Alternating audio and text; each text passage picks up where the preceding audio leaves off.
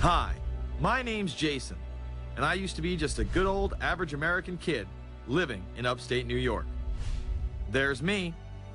I played baseball, mastered Mortal Kombat, went to the prom, said the Pledge of Allegiance every day, and loved my country. I even lived the dream of every American youth, college. Sure, it was a state school, but it also happened to be a party town. Great times all around, right? Well, sort of. I still had to work hard as a pizza guy to make it. And of course, there was school. I had to figure out the computer graphics programs I was working with, as well as attend classes I didn't care about. I certainly didn't know much about geopolitics. Then 9/11 happened and everything changed.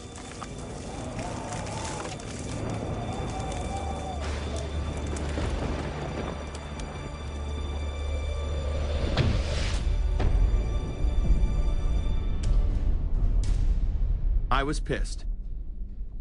How dare the Muslim extremists massacre all those people? But was it all true?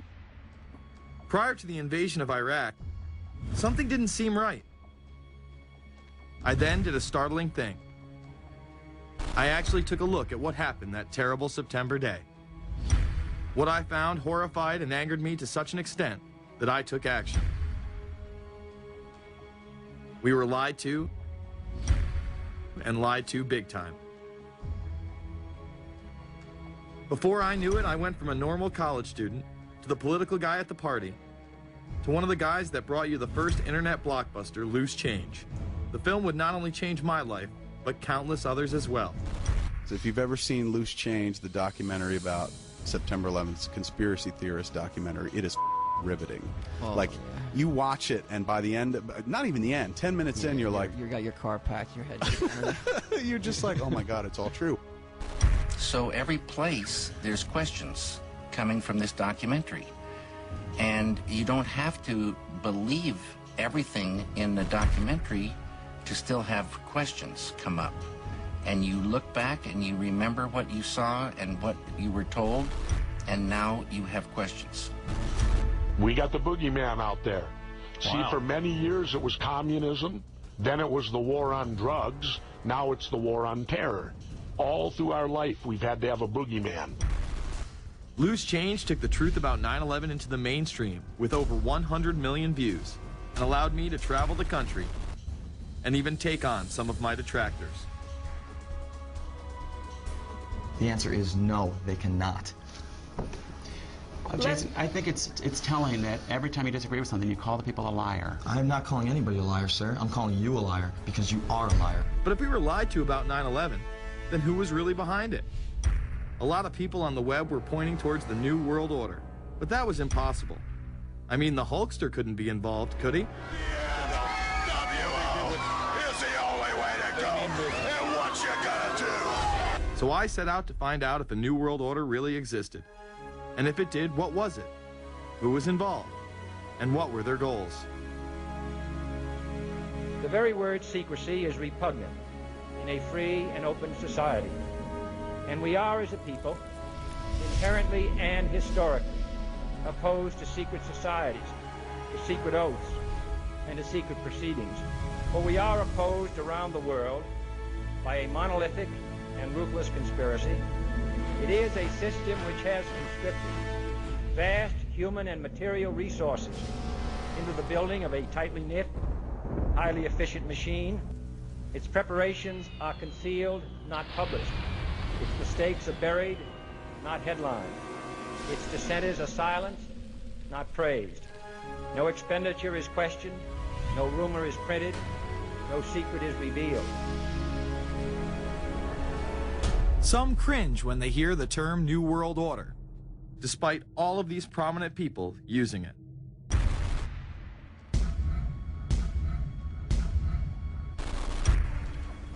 The world that maybe some people dreamt of at that conference back in Bournemouth, when it looked as if maybe history would end, that liberal democracy would triumph, that free market economics would slowly progress, and we'd have a new world order.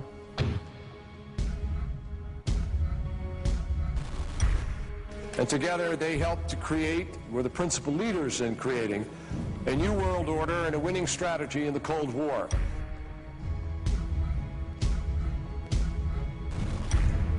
We are part of a new world order. And as the recently departed Admiral William J. Crowe once said, it's long on new and it's short on order.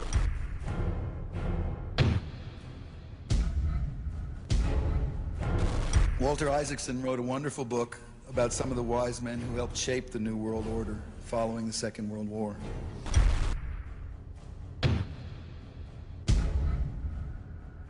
As we devise a way forward in Iraq, I urge the international community to embrace its responsibility for creating that new world order.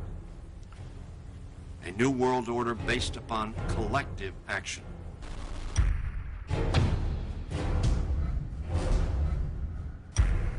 The transatlantic partnership was never just the foundation of our security. It was the foundation of our way of life. It was forged an experience of the most bitter and anguished kind. Out of it came a new Europe, a new world order, a new consensus as to how life should and could be lived.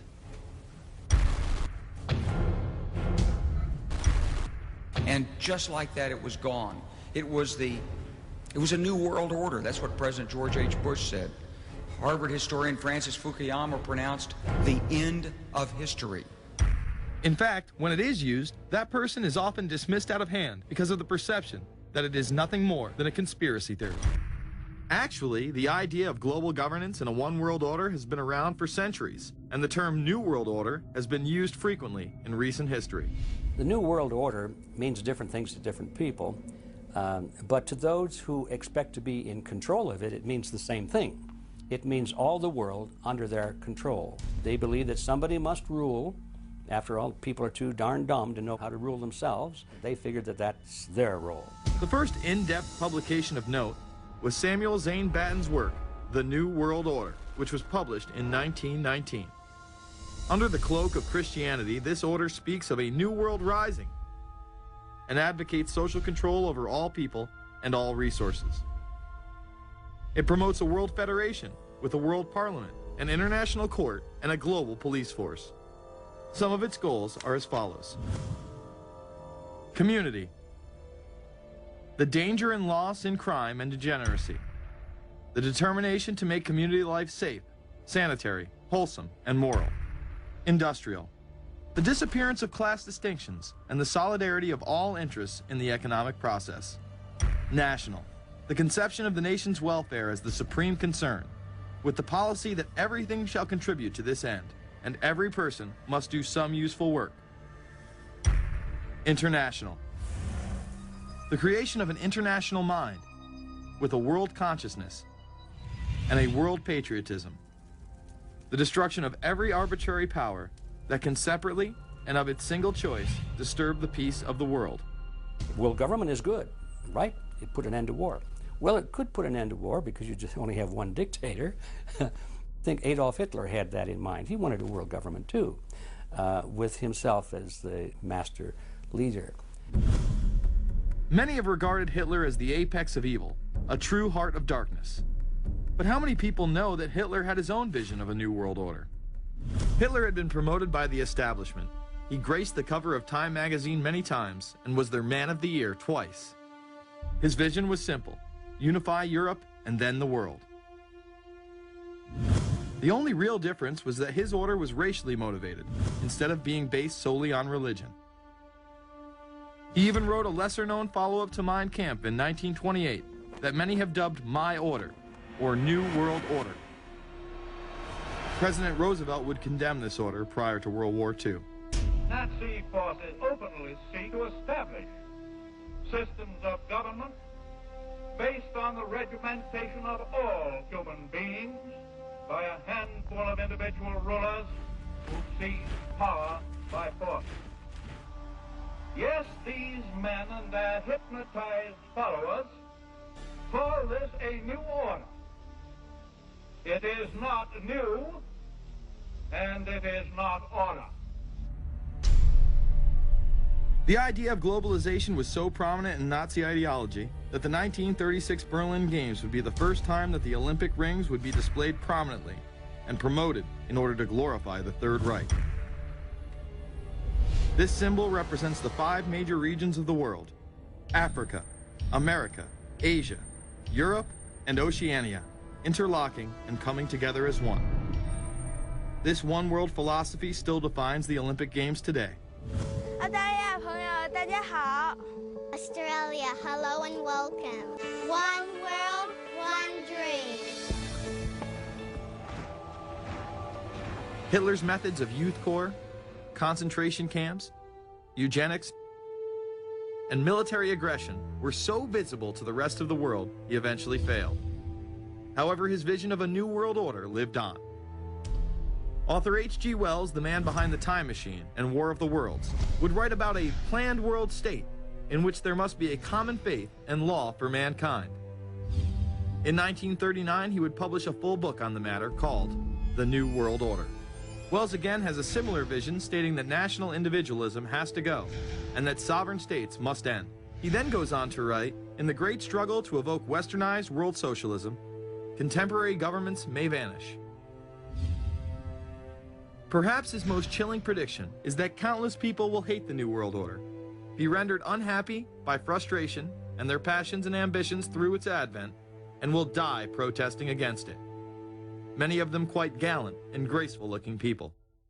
Collectivism is that concept where individuals are considered to be discardable, and that the group is more important, and that the ultimate group, of course, is the state. And so it boils down eventually to the fact that the state is the all-important unit of society, and citizens exist only to serve the state. Other men of prominence would also promote a New World Order during the 1960s, including industrialist and former New York Governor Nelson Rockefeller. These are some of the reasons pressing us to lead vigorously towards the true building of a New World Order. Rockefeller would also become vice president under Gerald Ford. Religious leader Pope Paul VI, delegates to international organizations, public officials, gentlemen of the press, teachers and educators, all of you must realize that you have your part to play in the construction of a new world order. As well as former President Richard Nixon. And the hope that each of us has to build a new world order. However, Nixon was largely a mouthpiece for his most dominant advisor, Secretary of State Henry Kissinger. Kissinger may be the most vocal proponent for a new world order of his era. He has called for it time and time again, in policy papers, meetings, and interviews. Time magazine recognized both Nixon and Kissinger as Men of the Year after announcing their New World Order in China. However, they were working on it long before. In these once classified documents, they both discussed the New Order with the President of Indonesia. Mainstream media was even critical of Kissinger's vision in the early 70s. In ragged, spasmodic fashion, a new world order is coming into being, but it looks less and less like the world order that Mr. Kissinger had constructed in his own mind. Kissinger's New World Order would fall under the radar for some time. However, it saw a vast revival during the first Bush administration. Here is Brent Scowcroft, former vice chairman of Kissinger Associates and former national security advisor under both Ford and Bush Sr., as he discusses the New World Order. Looking at the subtitle this morning, "Are we ready for the New World Order?" gives me something of the shudders. That phrase, New World Order, I'm afraid I'm partly responsible for resurrecting. To me, what that symbolized was perhaps a fundamental change in the character of our response to national security issues. Here, Charlie Rose asked Scowcroft, Kissinger, and former National Security Advisor Zbigniew Brzezinski if we are living in a new world order. Where are we as we think about this time in American foreign policy? Are we at a special moment which is being redefined? Or are we creating a new world order? We're at a moment when the international system is in a period of change like we haven't seen for several hundred years. In some parts of the world, the nation state on which the existing international system was based is either giving up its traditional aspects, like in Europe, or as in the Middle East. George H.W. Bush would campaign for a new world order like no other president before him. He would openly discuss it during his State of the Union address. What is at stake is more than one small country. It is a big idea, a new world order, where diverse nations are drawn together in common cause to achieve the universal aspirations of mankind. Again, a unified Europe was a major goal in creating this order. With few exceptions, the world now stands as one. A year and a half ago, in Germany, I said that our goal was a Europe whole and free. Tonight, Germany is united. Europe has become whole and free. The world can therefore seize this opportunity to fulfill the long-held promise of a new world order. We can find meaning and reward by serving some higher purpose than ourselves. A shining purpose, the illumination of 1,000 points of light. Bush Sr. and his administration would tour and promote this agenda across the board at any given opportunity. The President has spoken often of a new world order. And we have an unprecedented opportunity to build a new era of peace and prosperity here and abroad, to build a new world order. It's my understanding, I think that the President, and I don't know the context of how it came up in his speech last night in New York, said that China must be a part of the new world order. Guess I would like to ask you how you envision China fitting into the new world order.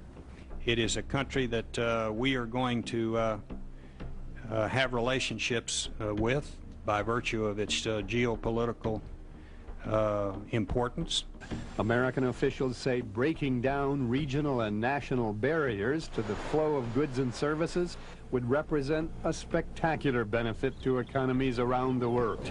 We are building a new world order. Bush would actually make a commencement address at Maxwell Air Force Base declaring the birth of this order. And that's why I wanted to speak to you today about the new world taking shape around us, about the prospects for a new world order now within our reach. In the coming weeks, I'll be talking in some detail about the possibility of a new world order emerging after the Cold War. But today, I want to discuss another aspect of that order. You see, as the Cold War drew to an end, we saw the possibilities of a new order in which nations work together. It refers to new ways of working with other nations to deter aggression and to achieve stability. As old threats recede, new threats emerge. The quest for the new world order is in part a challenge to keep the dangers of disorder at bay. We must build on the successes of Desert Storm to give new shape and momentum to this new world order. Only when this transformation is complete will we be able to take full measure of the opportunities presented by this new and evolving world order. The new world order really is a tool for addressing a new world of possibilities. This order gains its mission and shape not just from shared interests, but from shared ideals. After the Gulf War had ended, Bush was so obsessed with the idea of a new world order that he had a series of Glocks imprinted with the term that he would give to members of his administration, including Colin Powell, Brent Scowcroft, Dick Cheney, and General Norman Schwarzkopf. Cheney would even approve policy papers regarding the New World Order. Defense Secretary Dick Cheney has approved a revised draft of a policy document on the New World Order. The Pentagon is backing off a controversial earlier draft and has abandoned a one superpower strategy. The final document puts more emphasis on international alliances and organizations. This would become an unprecedented time period for people all over the globe to discuss at length what the New World Order meant to them. People within the media, Does anybody want to talk about the New World Order? Is there a New World Order out there, or is this a vision that exists in the... He does have his vision, there's no doubt about that. But does that exist in the president's mind, or does it exist out there in reality? This president sees this episode as the first test case, as the first example for the New World Order he is trying to organize. Some people have called it the New World Disorder, and there's a lot of truth to that.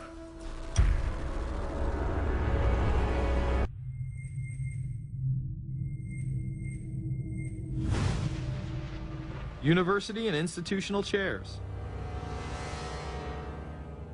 I mean, we're talking a New World Order at Georgetown.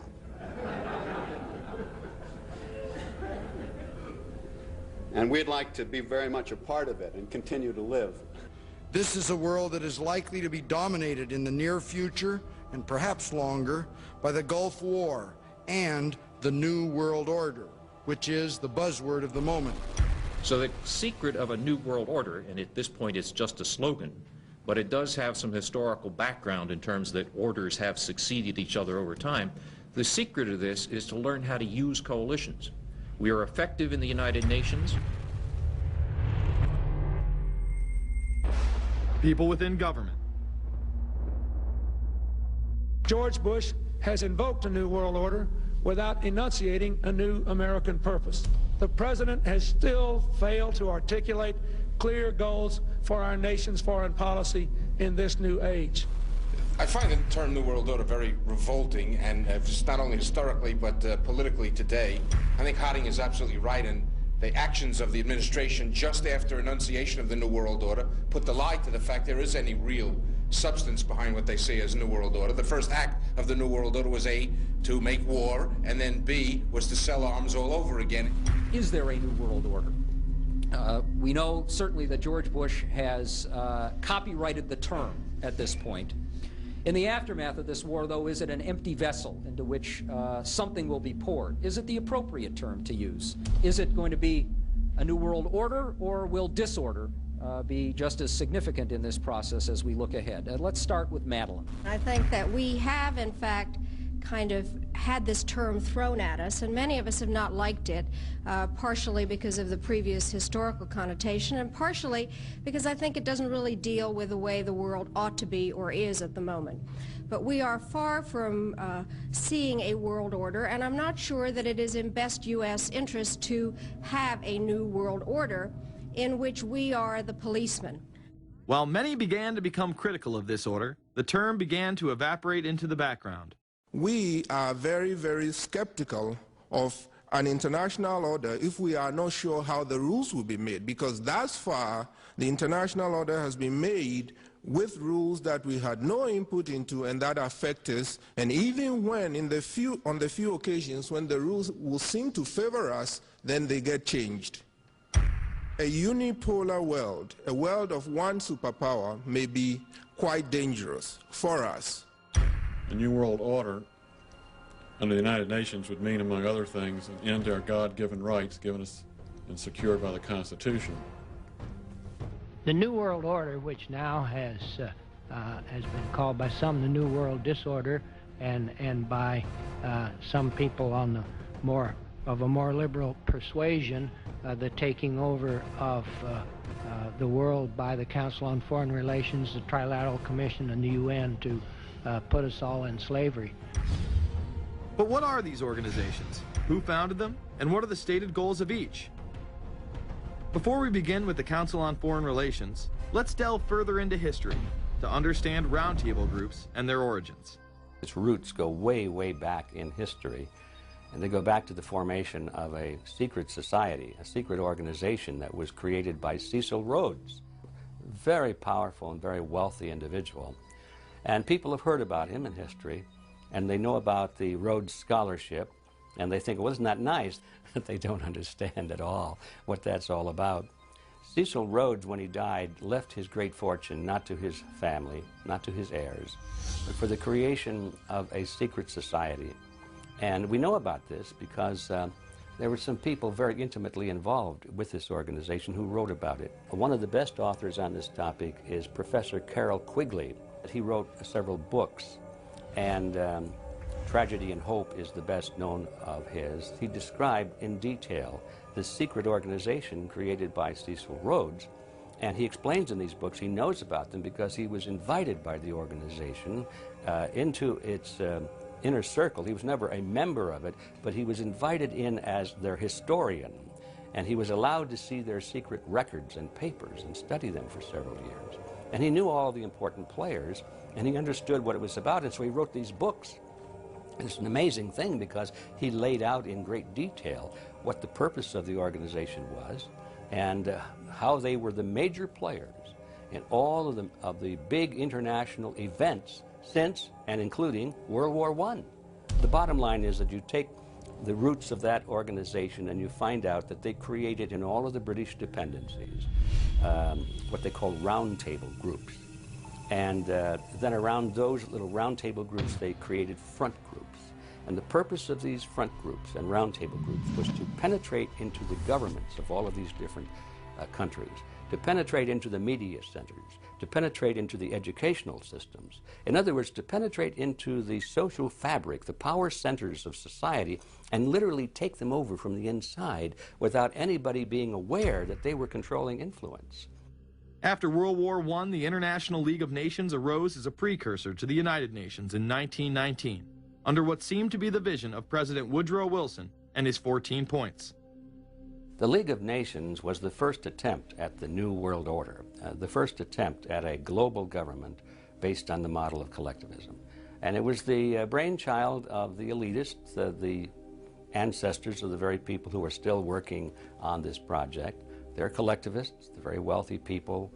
They're the ones in this country who dominated the powerful tax-exempt foundations, like the Carnegie Endowment Fund for International Peace, the Rockefeller Funds, the Ford Foundation, and groups like that. These people were on record, even way back then, that they had to have a new world government, and they dreamed of that being embodied in the League of Nations. And they were solidly behind it. And that was one of the reasons those people encouraged the United States into World War I, was because of the crisis of World War I, and that would also condition Americans to thinking of making big changes in their system, because we certainly don't want another war like that, do we? There's that fear angle again. And they thought, well, by being in World War I, then we would be a major participant at the table to carve up the world and create a new world government. And that was to be the League of Nations. Well, what happened to it is that the American people didn't really go for it. Wilson was aware of the elite and their control over society. In his book, The New Freedom, published in 1913, he discussed such a group. Since I entered politics, I have chiefly had men's views confided to me privately. Some of the biggest men in the United States, in the field of commerce and manufacture, are afraid of something. They know that there is a power somewhere so organized, so subtle, so watchful, so interlocked, so complete, so pervasive, that they better not speak above their breath when they speak in condemnation of it. Ultimately, this insight did not spare him from becoming yet another puppet of the global elite. You're watching Invisible Empire, A New World Order Defined. I'm Alex Jones, the producer of this film. I have produced 5 of the top 10 films in internet history, whether it's Loose Change Final Cut, Endgame, The Obama Deception, or Fall of the Republic. Yes, we've made informative, well-documented films, but the real credit for the success of these documentaries lies with you, the viewers. My friends, Invisible Empire is so important for people that need a crash course in the history of the ruling class and what this establishment is setting up. Please support the filmmakers so we can make future documentaries. Visit Infowars.com. Purchase the high-quality hard case DVD that has over 30 minutes of expanded extras. Make copies of that because it's the best quality available. Give it to everyone you know. Have public showings, whether it's the library, a local theater, or your home. Get it out to everyone you know. Get a PrisonPlanet.tv membership. Download all my films in high quality. Burn them to disk and give them to everyone in your community. If we expose the globalist, there's no way they can carry out their hellish plan. The destiny of this film is in your hands. You've made our previous films incredible successes. I'm counting on you now. So again, Infowars.com to get the DVD, or call toll-free 888-253-3139, or see them all in incredible high quality at prisonplanet.tv. The ball is in your court. PrisonPlanet.tv is a better tool than ever in the info war. Over 6 years of my radio and TV shows, all my films in super high quality, my book, Paul Watson's book, all there, 15 cents a day. Your support of PrisonPlanet.tv empowers the resistance to unlock minds worldwide. In all of the British dependencies, these organizations, the front groups, were called the Royal Institute for International Affairs. In the United States, they chose a different name. They chose the Council on Foreign Relations, but it held exactly the same relationship to this inner society of Cecil Rhodes. Among the charter members were W. Averell Harriman of Union Banking, then President of the United States Woodrow Wilson's main advisor, Colonel Edward Mendell House, John D. Rockefeller, the founder of Standard Oil, banking mogul J.P. Morgan, and prominent bankster Paul Warburg. Well, the Council on Foreign Relations exists today. It's probably the most powerful single organization in America. Many observers, including myself, believe that it is the hidden government of the United States. These people are not elected to office, and most Americans don't even know who they are. But they are holding all of the important positions in society. There are only about 4,000 of them in the United States, but I don't care what organization you want to look at, whether it's government, or whether it's universities, or the large media centers, or whatever it is. You look at the people at the tops of those organizations, the owners, the managers, the CEOs, the board of directors, and I'm going to say probably 80 to 90% of the great power centers of America are dominated by just those 4,000 people who are members of the Council on Foreign Relations. Throughout its history, it would contain extremely influential and powerful individuals in finance, business, media, and politics. Former presidents of the United States include Richard Nixon, Gerald Ford, Jimmy Carter, and William Jefferson Clinton. Currently, Barack Obama claims not to be a member, but has spoken in front of the Council and has had his writings published in the Council's magazine, Foreign Affairs. It's been reported that you and your wife are in the globalist CFR, which is the Council on Foreign Relations. I'd like to know if that is true. Well, first of all, I'm not the Council on Foreign Relations. I don't know if I'm a official member. I've spoken there before. It basically is just a forum where a bunch of people talk about foreign policy, and so there's nothing. There's no official membership. I don't have a card or, you know, a special handshake or anything like that. Now, why is that important? It's important because the avowed purpose of the Council on Foreign Relations is to create a new world order, a global government based on the model of collectivism. And that includes the elimination of the United States as a sovereign nation. That's why it's important. The people running this country are determined to destroy it.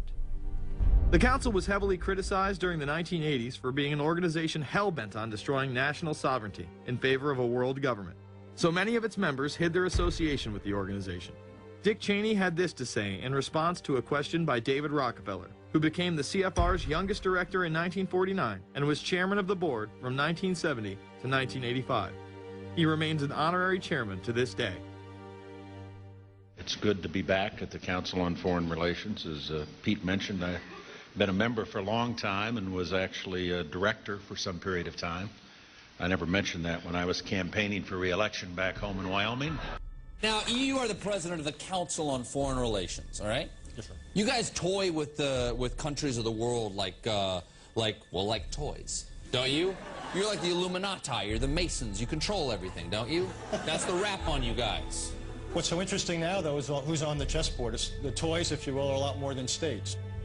Notice that Mr. Haas does not deny that the CFR has massive control over the geopolitical arena, and instead tries to focus on the separate entities outside of nation-states. Current Secretary of State Hillary Clinton also reveals the importance of the CFR here.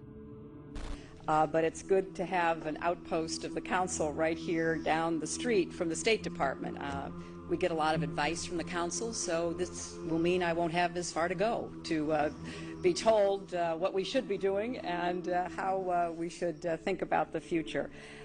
You have these private groups that are run and created by the elite, by the ultra-rich, wealthy families that have been manipulating global markets from behind the scenes for generations. They create these private groups that then feed information to the government, to senators, to congressmen, their recommendations, their policy papers, what they think should happen. And it's fascinating because if you actually read what it is that they're doing, the recommendations that they make, they're very able to get them put in place.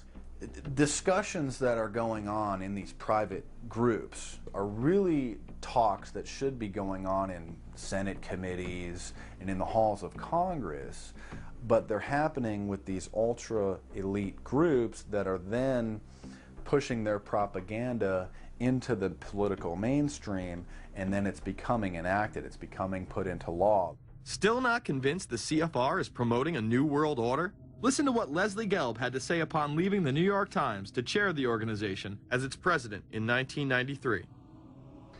I loved it. Doing a column is a great job. I'm going to an equally great but different job, and in a way a job that caps everything I've been doing in my life, in government, in academia, and in journalism. I think that's what the Council on Foreign Relations will allow me to do. Well, you know, for example, you had me and 3 or 4 other folks on this show a few months ago to talk about the New World Order, right? Exactly. Right? Bob I talk Hormats about and it, you, exactly. Right. I talk about it all the time. New World Order wants a global system where one small central authority of individuals can then dictate a policy that's going to be distributed down to the rest of the world, everywhere, in the smallest little town in the middle of nowhere in some remote country. I now think it's safe to say that the Council is extremely influential on the world stage and openly promote global governance. The Council and the globalists were able to take this agenda to the next level following World War II. The United Nations was born out of the ashes of this conflict. Unlike the League of Nations, the United States not only joined this organization, they championed it. First book I wrote was The Fearful Master, a second look at the United Nations. It was written at a time when it was not popular to be critical of the UN. I mean, the United Nations was viewed by almost everybody as our last best hope for peace. It was a means, we were told, to bring humanity together and put an end to war and live in peace and harmony and promote trade and all of these good things. I wish it were any of those things, but it's not. The original charter for the United Nations was drafted in San Francisco in 1945, and the United States became a permanent member of the Security Council, along with France, the United Kingdom, the Soviet Union, and the Republic of China. The process by which other nations' belief systems could be used to erode and eviscerate our Constitution and Bill of Rights had taken a giant leap forward. The United Nations is one of the most well-known sort of globalization attempts. Its primary goal is to streamline all the governments of the world, to create a global council and to unify all the rules and all the regulations for the world. So it's essentially the precursor and an engine of this new world order. The United Nations is made up of all of the countries of the world, most of which are dictatorships of one kind or another. And you don't take a bunch of dictatorships and put them into a bag and shake it up and come out with a freedom-loving governmental unit. You come out with a global dictatorship. This was the public base of global governance. However, many other organizations have been birthed since. Even more suspect is a private group called the Trilateral Commission. David Rockefeller and Henry Kissinger are among its some 300 influential members. The Trilateral Commission, rich and powerful business and political leaders from Japan, Europe, and North America, the New York-based policy group was formed in 1973 by Chase Manhattan Bank Chairman David Rockefeller. In addition to Rockefeller, there are many other noted American members. Among them, economist Alan Greenspan, former Defense Secretary Harold Brown. George Bush was once a member, but resigned last year before his unsuccessful presidential campaign. Back then, it wasn't politically wise to be aligned with what his party's right wing considered a shadow world government. The United Nations would take over America. The Trilateral Commission would control the world. Just look at its membership, they say.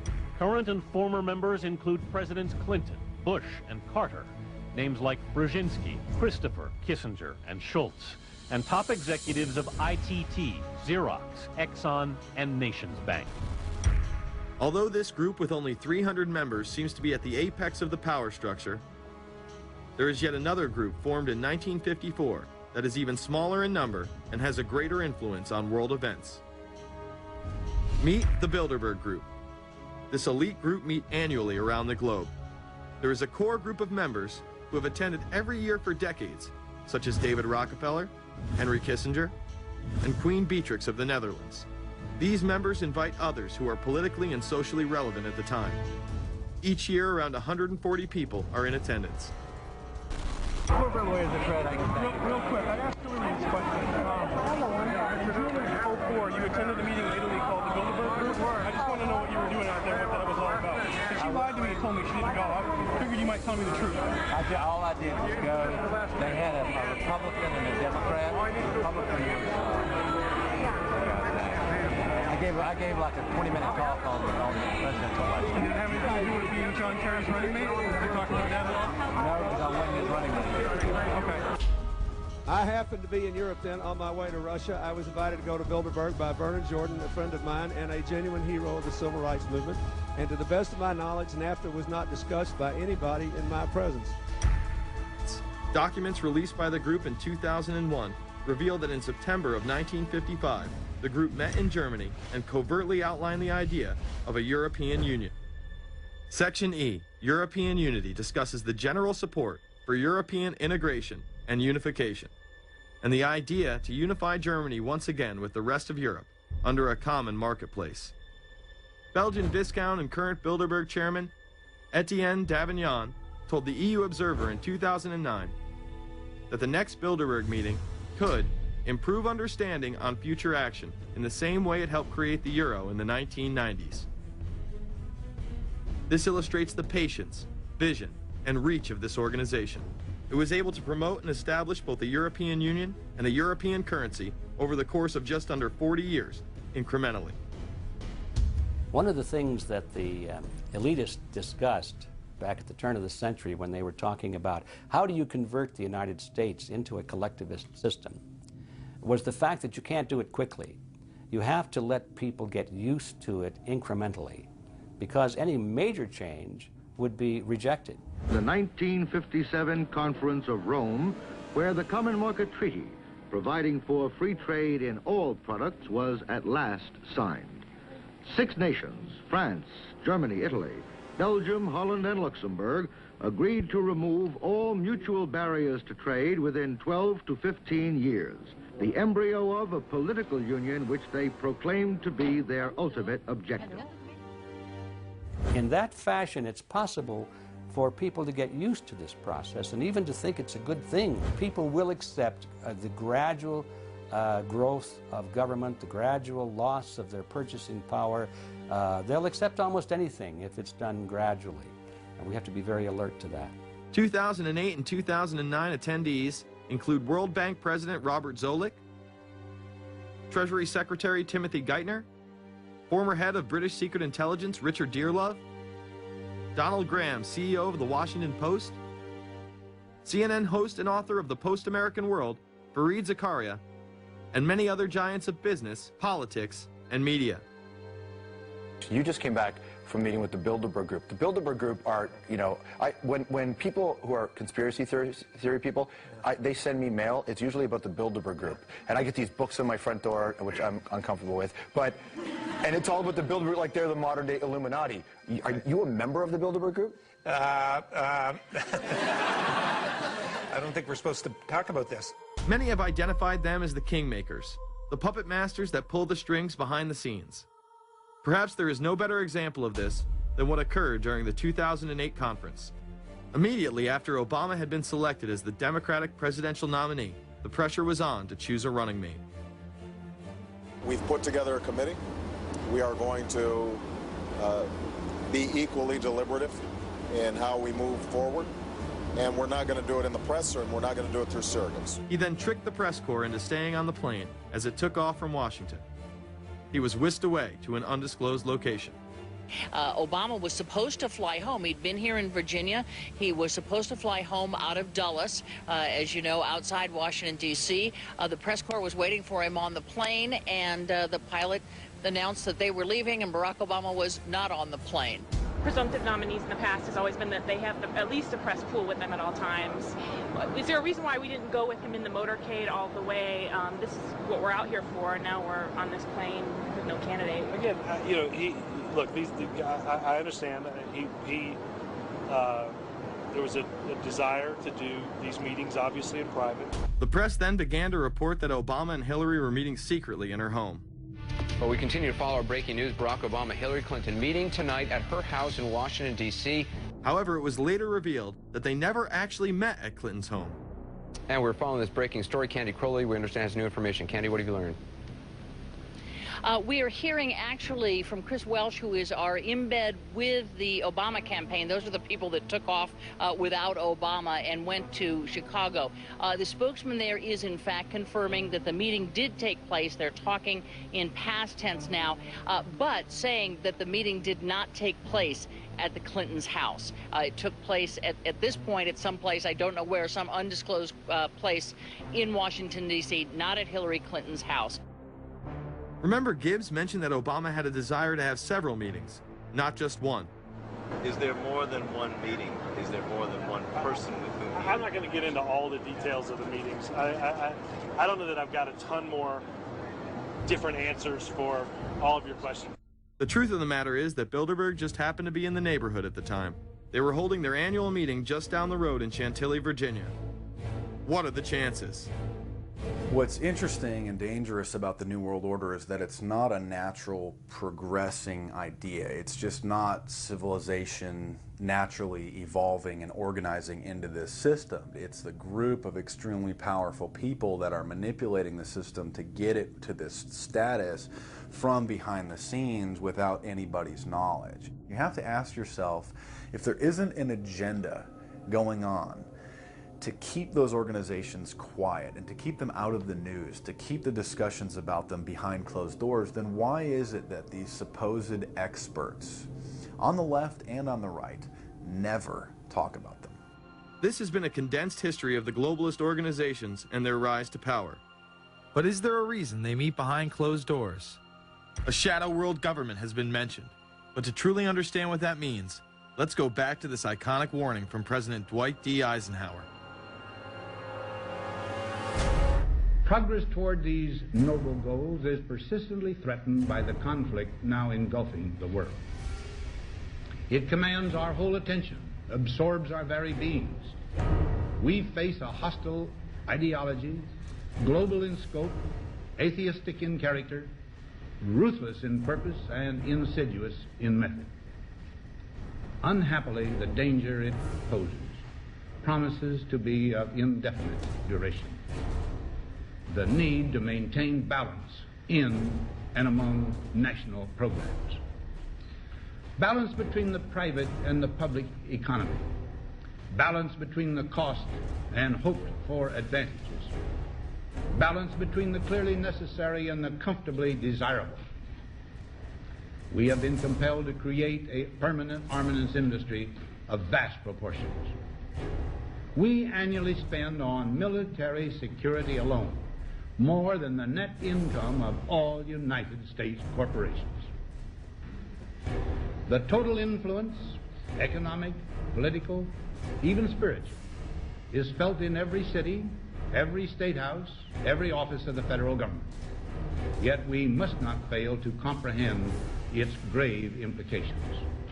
Our toil, resources, and livelihood are all involved. So is the very structure of our society. In the councils of government, we must guard against the acquisition of unwarranted influence, whether sought or unsought, by the military-industrial complex. The potential for the disastrous rise of misplaced power exists and will persist. America went into a major mobilization, revived its defense industries, and we saw the civilian economy of America more and more skewed through the 50s.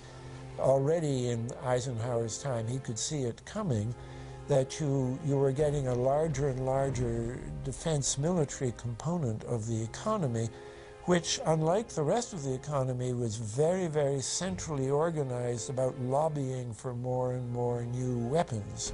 It was the political skills of this military-industrial complex, which I think Eisenhower was really warning us about, and rightly. There is a military-industrial complex. Today, we see a situation where the civilian economy is really in tatters, and most of our civilian production has gone overseas to third world countries. What do we export? Our biggest export practically is garbage, but apart from garbage, we export military equipment. We have a special act which subsidizes, makes it possible for countries abroad to buy our armaments because it's too expensive to produce them for one country only. So we have become a very efficient military-industrial complex, but the civilian economy is only a ghost of what it used to be, and this has terrible consequences for democracy because it means that the power of this lobby is now sort of dominating what goes on in Washington. Through multinational corporations, global intelligence networks, out-of-control banksters, all under the veil of national security and black operations, the global elite have consolidated power on a massive scale over the last several decades. You see, global corporations not only fund and develop large technological and military projects here and abroad, they also own the consumer industry and production, as well as all of the important media. By owning the vast majority of what we hear and see on a daily basis, we have been manipulated on a mass scale as to regards to what we believe and desire, both socially and politically. Edward Bernays, the nephew of world-famous psychoanalyst Sigmund Freud, would study group dynamics and become the father of public relations. He authored the book Propaganda in 1928. In it, he described how to intelligently and consciously manipulate the habits and opinions of the masses within a democratic society. He went on to state that those who harness this unseen mechanism of society constitute an invisible government and are the true ruling power. It is they who pull the wires which control the public mind, who harness old social forces and contrive new ways to bind and guide the world. The average American is distracted, mindless, worried about minuscule things, celebrities, as if it was their own family members. And this is by design, because the powers that be, who own the media, know how our brains work. They know scientifically how the human mind functions. They know about sociology, and they are using the media, and have used the media for decades now, to entertain people with issues that don't really matter. When you have the big news networks covering celebrity issues as if it's the most important thing, it becomes the most important thing. And this is not by accident. This is to keep us out of the way. Because if you're worried about the latest celebrity death, or the latest celebrity couple, or the celebrity breakup, or your sports team having a shot at the Super Bowl or the World Series, there's so much information about those issues that can be discussed that will mesmerize people, and they won't know or care about the real issues that are out there. Well, I think this is just one more piece of evidence of the degree to which the media, supposedly the watchdogs, has become the gatekeeper of the system. Mainstream media are, first of all, nearly all of them corporations, nearly all of them now publicly held, part of the whole Wall Street financial system that they're supposed to report about objectively, but they can't. They, right now, in October of 2009, they are celebrating the recovery of the biggest banks in New York and saying that the recession is over. Of course, there are a few problems, like foreclosures are going on, unemployment is rising. All of this is affecting the American people, but it's not affecting the financial elite who also control the media. Bernays successfully identified the invisible empire which controlled the minds of men. So as the populace is mesmerized and hypnotized by powerful behind-the-scenes forces, as they are distracted by the latest celebrity scandal, the newest cell phone, and their favorite sports team, this network disguises itself, remaining in the shadows. Despite the elite utilizing Bernays' methods, in conjunction with the military-industrial complex they had erected, a modern arm of this organization was exposed in what came to be known as the Iran-Contra scandal. Essentially, black operations were not only caught dealing arms illegally and supporting South American dictators, but also smuggling drugs into the United States. Iran-Contra was really the merging of two different programs. The first one was support for the Contras, who were, let's face it, a force of terrorists in Nicaragua trying to overthrow the Sandinista government. They were being secretly supported by the CIA, and at the bottom of the whole thing was drugs.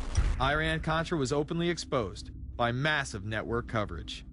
How was it that in 3 years, a network Washington set up to run arms to the Contras wound up running cocaine into this country for the most vicious drug cartel in the world? At the same time, we were supposed to be fighting a war against drugs. But by the same token, I also smuggled my share of weapons in exchange for those illegal substances, with the full knowledge and assistance of both the DEA and CIA. Betzner says that in 1983, he flew weapons from Florida to El Salvador and drugs from Colombia to the Bahamas on the way back. In 1984, he says, he flew twice from Florida to Costa Rica and back. We could bring back our own cargo, and they would arrange it, or we could bring back their cargo without ever having to worry about interception, arrest, anything like this, that everything was taken care of. What kind of cargo were you talking about? Drugs. Tolliver says he had 2 meetings with this man, CIA veteran Rafael Quintero. Then in March of 1986, he says he flew 14 tons of weapons down to Honduras, to this Contra resupply base set up by the CIA. We take off from Tegucigalpa, Honduras, and we leave. To? South Florida. Where in South Florida? We landed at Homestead. Homestead? Air Force Base. This is the plane Tolliver says he used. The plane traces to a company that had a State Department contract to fly humanitarian supplies to the Contras. In addition to that, 3 dozen sources confirm the basic scheme. We can now report that long before that operation began, there was another operation to provide guns for the Contras, which was also against the law. In this operation, Americans and Israelis provided arms to the Contras, and then the same network smuggled drugs into the United States. The operation was launched in spring of 1983 at Washington's request, with at least $20 million of Israeli government money later reimbursed, we're told, from U.S. covert operations funds. For about 5 years, people were flying arms into Iran, and most of them came from Israel. The Israelis purchased the weapons from Poland and Czechoslovakia and began shipping them secretly from Yugoslavia to Bolivia and then to Panama. The Israeli liaison man there, this man, Michael Harari, until recently a close aide to Panama's strongman, General Manuel Noriega.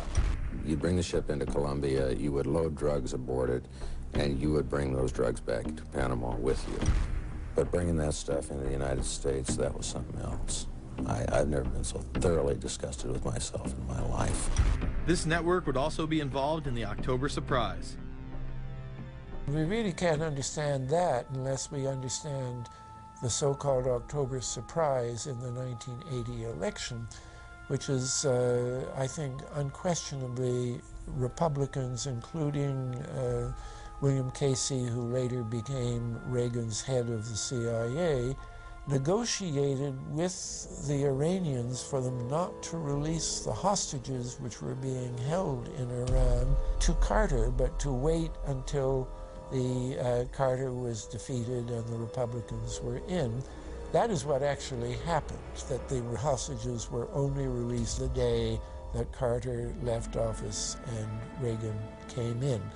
Unbelievably, this same network would even be linked to the BCCI banking scandal by journalist Danny Casolaro. Casolaro was probing a conspiracy he called the Octopus, which involved the Iranian hostage crisis, the Iran-Contra affair, with, believe it or not, all funds channeled through BCCI, the international bank charged with everything from money laundering to fraud. BCCI, it's a shadowy international bank linked to terrorists, drug runners, and dictators. Little was known about BCCI until 6 of its top officers were arrested in Tampa in October of 1988 on charges of laundering drug money for Colombian cocaine bosses. The BCCI men were convicted, and the bank itself pleaded guilty. But for some reason, the bank was allowed to continue to operate all over the world. There are indications that some of the reluctance to prosecute this bank stem from the favors it did. For? The favors it did for intelligence services everywhere. Too many secrets of too many countries, too many prominent people, too many hands-on, and that makes it desirable that this entire affair be forgotten. It began to become clear that the global traffic of drugs were funding violent dictators, rigging elections, supporting the arms trade, and enforcing the assassination of anyone who got in the way. Casolaro was found dead for his efforts in exposing this network. His death, of course, ruled a suicide. He was meeting a source in West Virginia. He was about to discover all. Instead, his body was discovered in a hotel room with 12 slashes in his wrist, but when the local authorities ruled it suicide, the family said, no way. The housekeeper had taken calls threatening his life. And I pick it up telephone, I say hello, and he say to me, you son of a bitch, you's dead. Casolaro would not be the only person involved in the scandal to wind up in a casket. Meet Barry Seal. At first, the media portrayed Seal as a drug dealer gone good, who was assassinated by the Colombian mafia. Authorities believe last night's machine gun killing of top drug informant Barry Seal was ordered by drug bosses in Medellin, Colombia, who sent 5 men to Baton Rouge to kill Seal. Sam Dalton was the lawyer that represented the Colombian hitmen convicted of his assassination. We were trying to subpoena the CIA because we felt like they had documents, exhibits, and evidence that would indicate complicity in Seal's assassination. When they were able to gain access of Barry Seal's trunk the night of the murder, the personal phone number of none other than George H.W. Bush was present. Louis Unglesby, the former attorney for Mr. Seal, also confirms that he once called the office of the vice president after Seal had given him the number. You see, the Black Ops drug smuggling operation had not yet been exposed, and intelligence couldn't take any chances. It was later revealed that Seal was involved in smuggling cocaine into Mena, Arkansas, while Bill Clinton sat as governor. 1983, Ronald Reagan was president, Bill Clinton was governor. And little Mena, Arkansas, changed from a quiet town to a center for drug smuggling and reported Contra support activity. In the middle of it all, this man, admitted dope smuggler Barry Seal. Arkansas State Trooper Russell Welch investigated Seal's organization.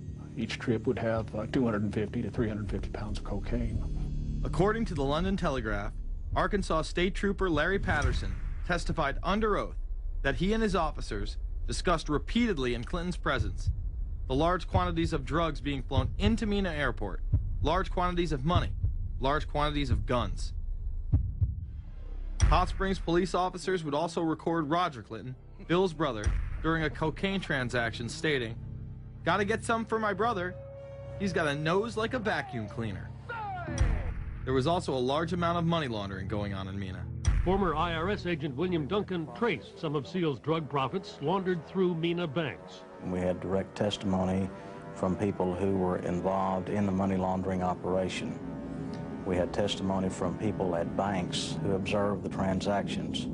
What happened when you tried to make this case before a grand jury? I was never asked to present the evidence to a grand jury, ever. This very same network used BCCI to fund the Afghani rebels.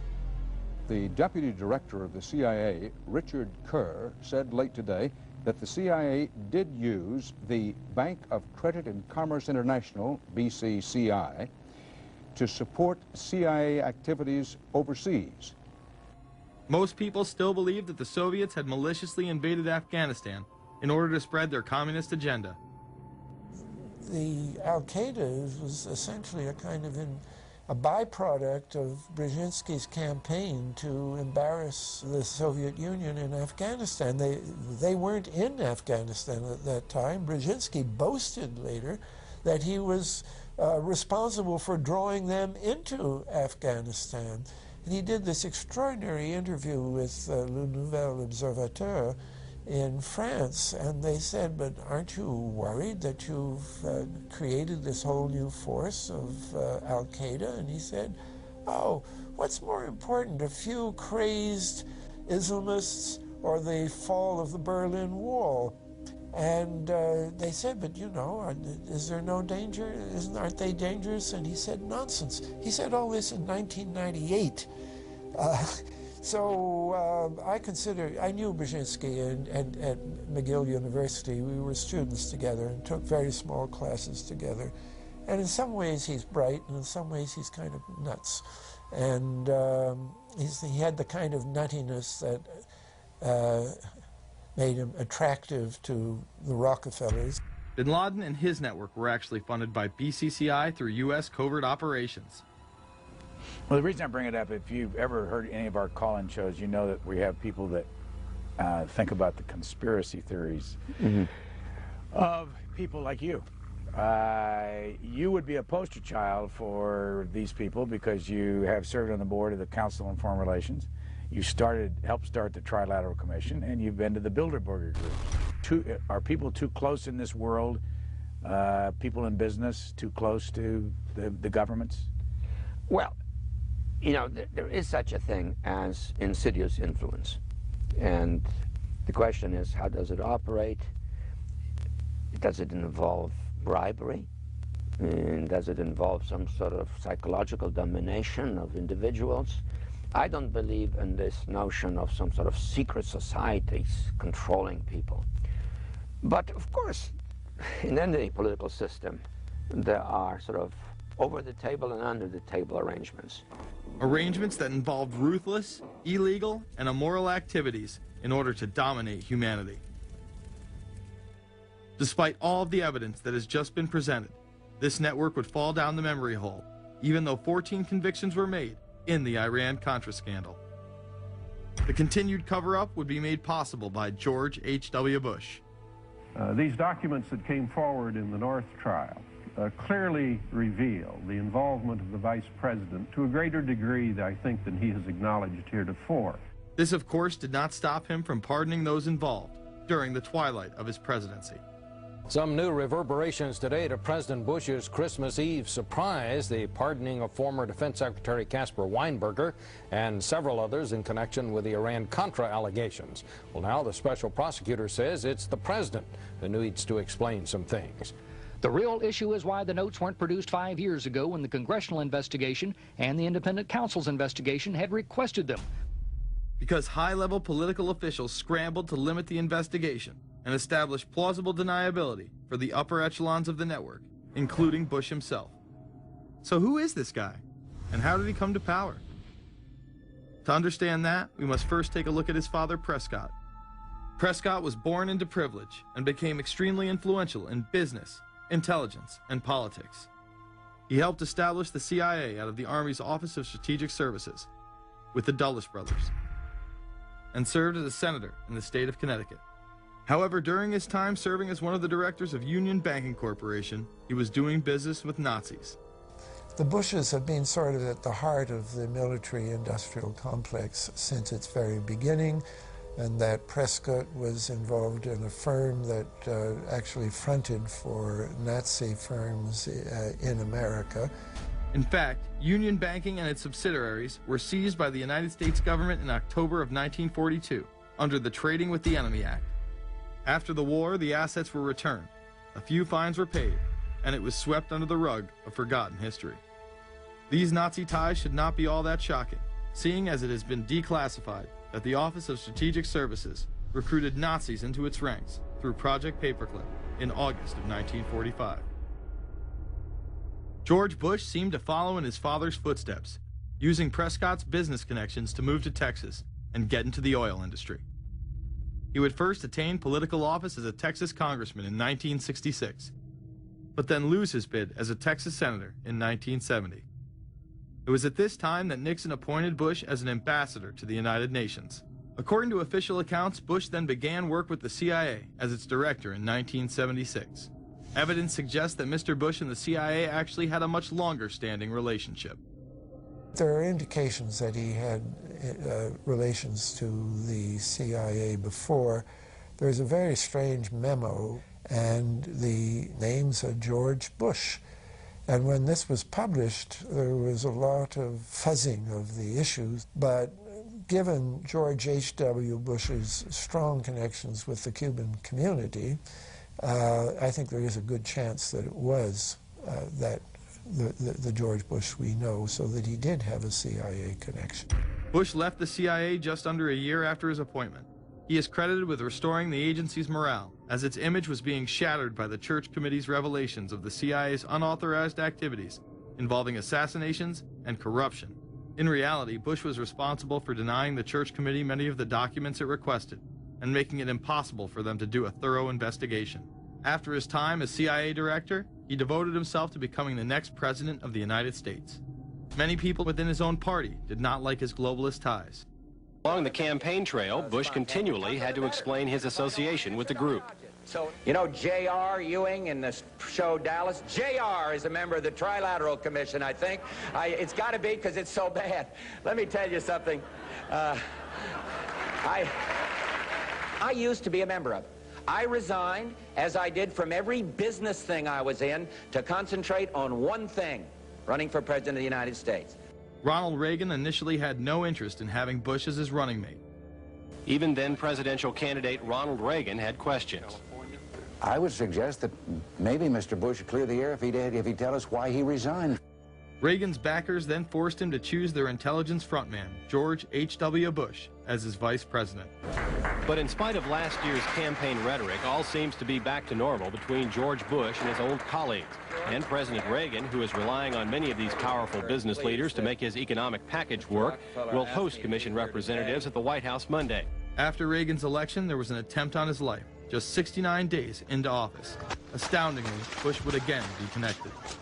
So just who is John Hinckley, Jr.?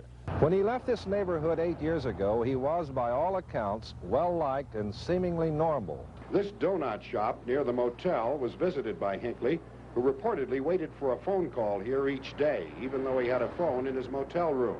The nature of the calls is not known. A touch of irony. The young man walking with the elder Hinckley is 30-year-old Scott Hinckley, John Jr.'s brother. He and Vice President Bush's son, Neil, are friends. They had planned to have dinner together in Denver tonight. The plans have been canceled. We were told Hinckley was a madman acting alone. If that was the case, why was he making phone calls from a payphone down the road instead of his hotel room? Why was the would-be assassin's brother a family friend of the man who stood to gain the presidency? While Reagan led the nation in the public eye, Bush exploited his power through the largely unknown Continuity of Government Directive.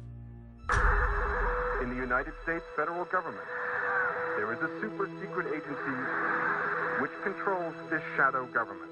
The National Program Office allowed Bush and his network to attain executive emergency powers. Ronald Reagan authorized the National Program Office when he signed a top-secret directive in 1982.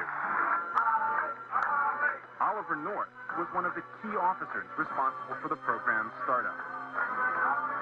Under the NPO's direction, 4 agencies were charged with execution of the Doomsday Plan: the CIA, the Departments of State and Defense, and the Federal Emergency Management Agency. An effort was being made to consolidate continuity of government programs across several major departments of the government under one office. After 8 years of secret wars, covertly sponsored revolution and assassination had advanced globalist interests and allowed Bush to achieve his lifelong dream by becoming the 43rd President of the United States. The fall of the Soviet Union left the United States as the sole superpower in the world.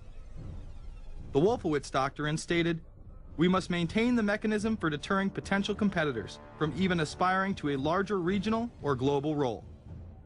The New World Order was on display with the first Gulf War and the creation of a European Union. After losing to his crony Bill Clinton, he faded into the background as the agenda for a New World Order marched forward. After 1989, President Bush said, and it's a phrase that I often use myself, that we needed a New World Order. We have just exposed many of the globalist operations, including drug dealing, funding terror, dealing arms, and taking over the United States government by stealth. Whenever these agendas were threatened, those who opposed them ended up dead.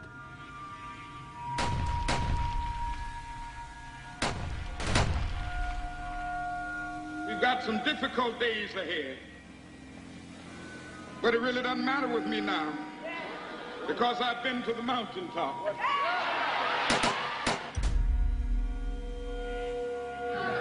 My thanks to all of you, and now it's on to Chicago, and let's win there. Thank you very much.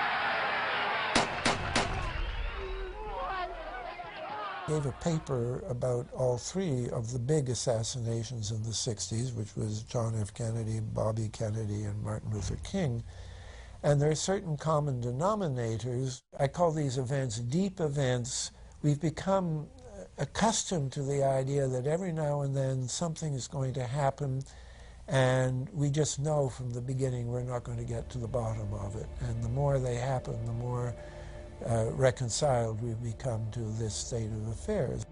In 1978, the House Select Committee on Assassinations could not ignore there was a conspiracy in regards to the assassination of John F. Kennedy and Martin Luther King Jr.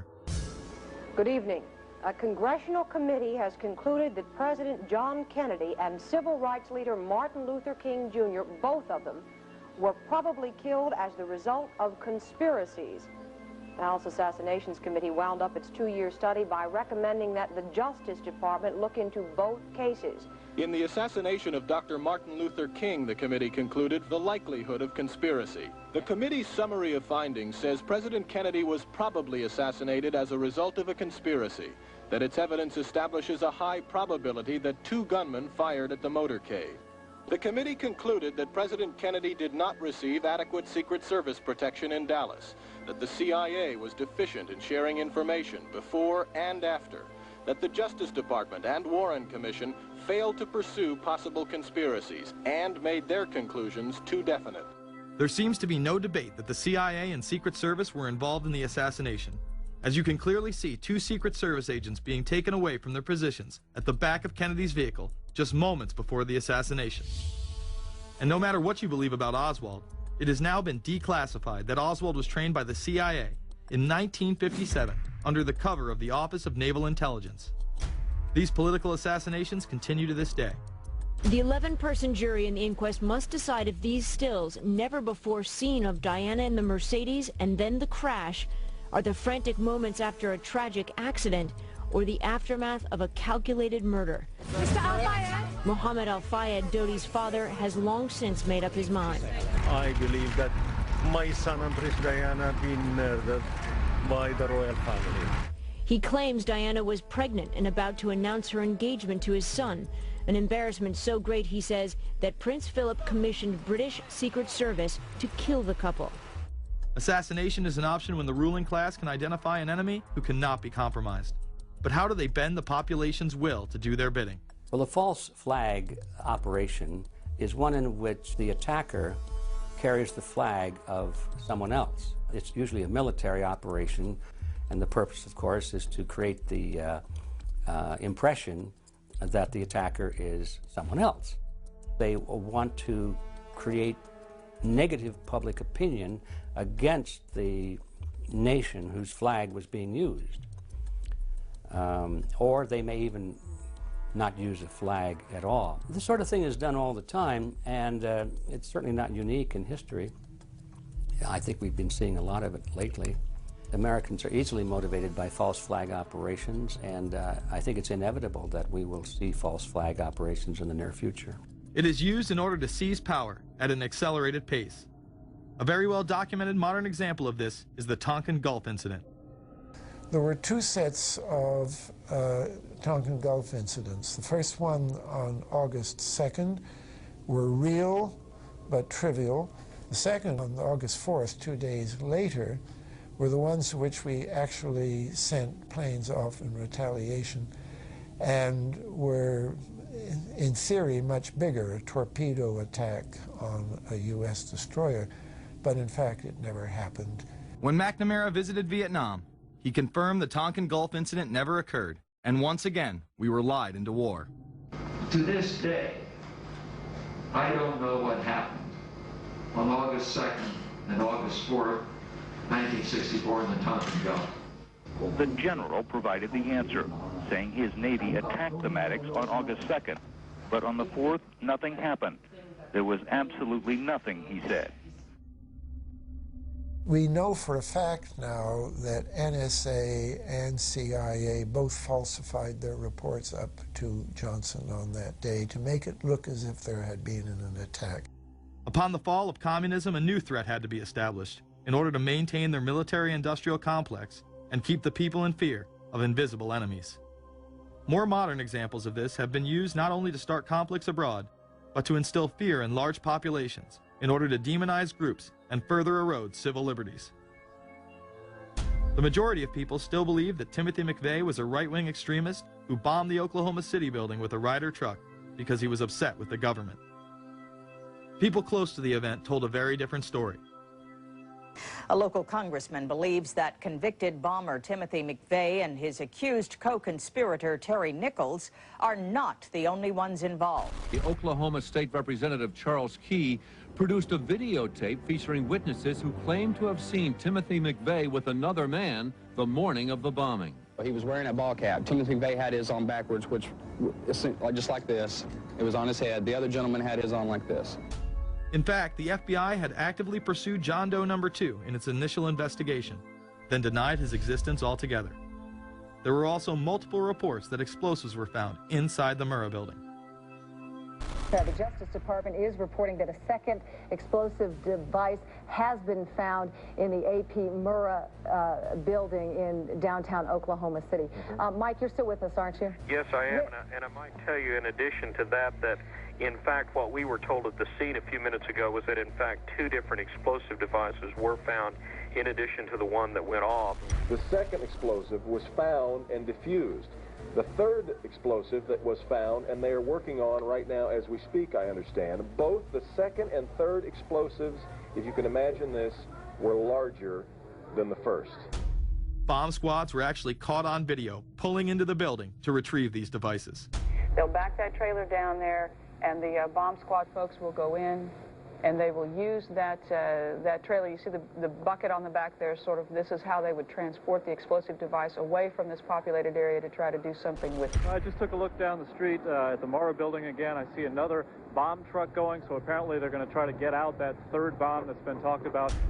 This was even confirmed by the governor at the time, Frank Keating. One device was deactivated. Apparently there's another device, and obviously whatever did the damage to the Murrah building was a tremendous, very sophisticated explosive device. Members of the ATF who would have normally been in the building were tipped off prior to the bombing. He saw what appeared to be a police bomb squad truck near the Murrah building 2 hours before the blast. It had a shield on the side of the door, and it said bomb disposal or bomb squad below it, and I really found that interesting. Another witness who spoke to ABC News on the condition of anonymity will tell the grand jury tomorrow he was told by an ATF official agents working in the building had been warned in advance not to come to work. He just came out and told me that the ATF wasn't in the building that day. They'd been tipped by their pagers not to come to work, which I was flabbergasted. McVeigh would even claim in a letter written to his sister, which was published by the New York Times, that he was actually recruited for black operations, which included smuggling drugs into the United States, as well as assassinations. One may brush this off as the ravings of a madman. However, McVeigh was filmed at the Camp Grafton military facility in North Dakota on August 3, 1993. McVeigh's official records state that he was discharged over a year prior from the Army Reserve in May of 1992. Perhaps even more interesting, is that Camp Grafton was specializing in training troops in explosives and demolitions at the time.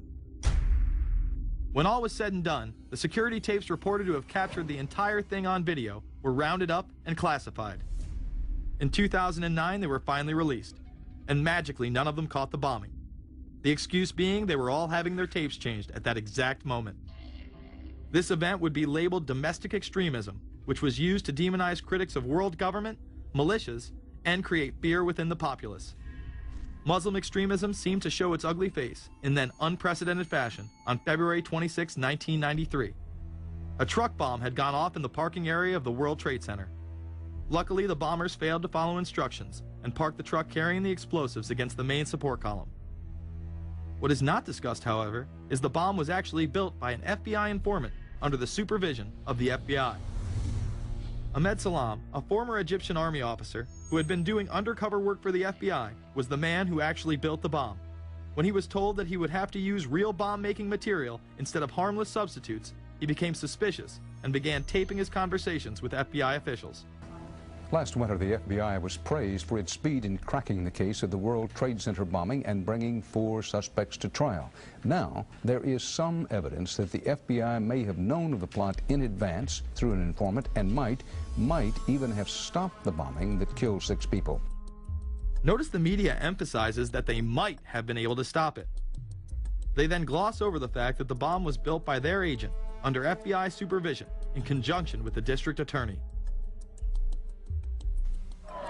FBI agents might have been able to prevent last February's deadly explosion at New York's World Trade Center. They discussed secretly substituting harmless powder for the explosives, but they didn't, according to the FBI's own informant, Ahmed Salem. Unbeknownst to the FBI at the time, Salem recorded many of his conversations with his handlers. The actual recording where Salam discusses this with his FBI handler, John Antisev, was released years after the trial. You got paid regularly for good information. I mean, the expenses were a little bit out of the ordinary, and it was really questioned. Don't tell Nancy I told you this. Well, I have to tell her, of course. Well, then if you have to, you have to. Yeah, because, I mean, the lady was being honest, and I was being honest, and everything was submitted with a receipt. Yeah. And now it's questionable. It's not questionable. It's like a little out of ordinary. Okay. You know. All right. I don't think it was. If that's what you think, guys, fine. But I don't think that, because we was start already building the bomb, which is went off in the World Trade Center. It was built by supervision from the Bureau and the GA, and we was all informed about it, and we know that the bomb start to be built. By who? By your confidential informant. What a wonderful, great case.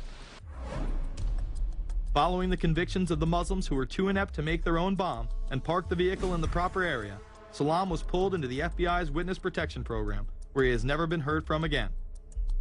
Prior to the largest and most devastating terrorist attack on U.S. soil, the United States was poised as the first truly global superpower.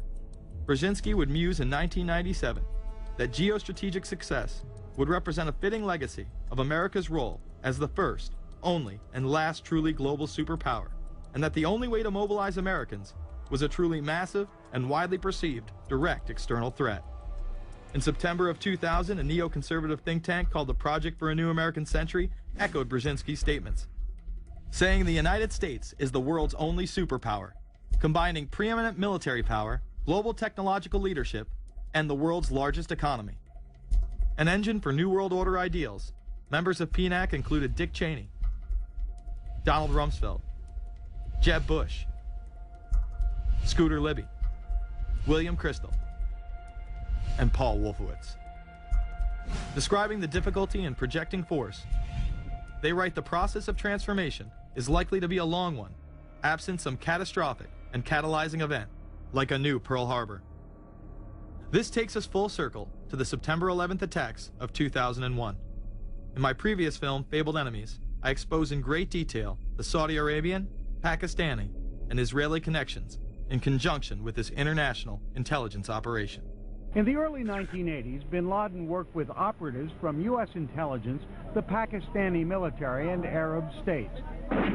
They ran a wide-ranging covert network that recruited and financed Muslim fighters to battle the Soviet army. The hijackers that were trained at U.S. military installations and protected by the FBI and CIA. The military exercises leading up to 9/11, and those that took place as the attacks occurred. Open line. Surveillance, Sergeant Richmond. Sergeant Richmond, Sergeant Light from Cheyenne Mountain Test Control. How are you? I'm doing fine. Okay, I need you to terminate all exercise inputs coming to Cheyenne Mountain at this time. Copy. And stay on loop until I verify that the connectivity is disconnected on the exercise side only. Okay, no, do not do any more inputs on the exercise side and stand by. I got Cheyenne Mountain on the line. Terminating all exercise inputs. So, over, in case you didn't know, this exercise. Oh, yeah. The Black Ops program, Able Danger, and the shadow government involvement. This morning we learned that the vice president wasn't the only one sent to an undisclosed location on September 11th, that an entire backup government was and is still there and may be there for as long as anyone now at least can imagine. As well as much, much more.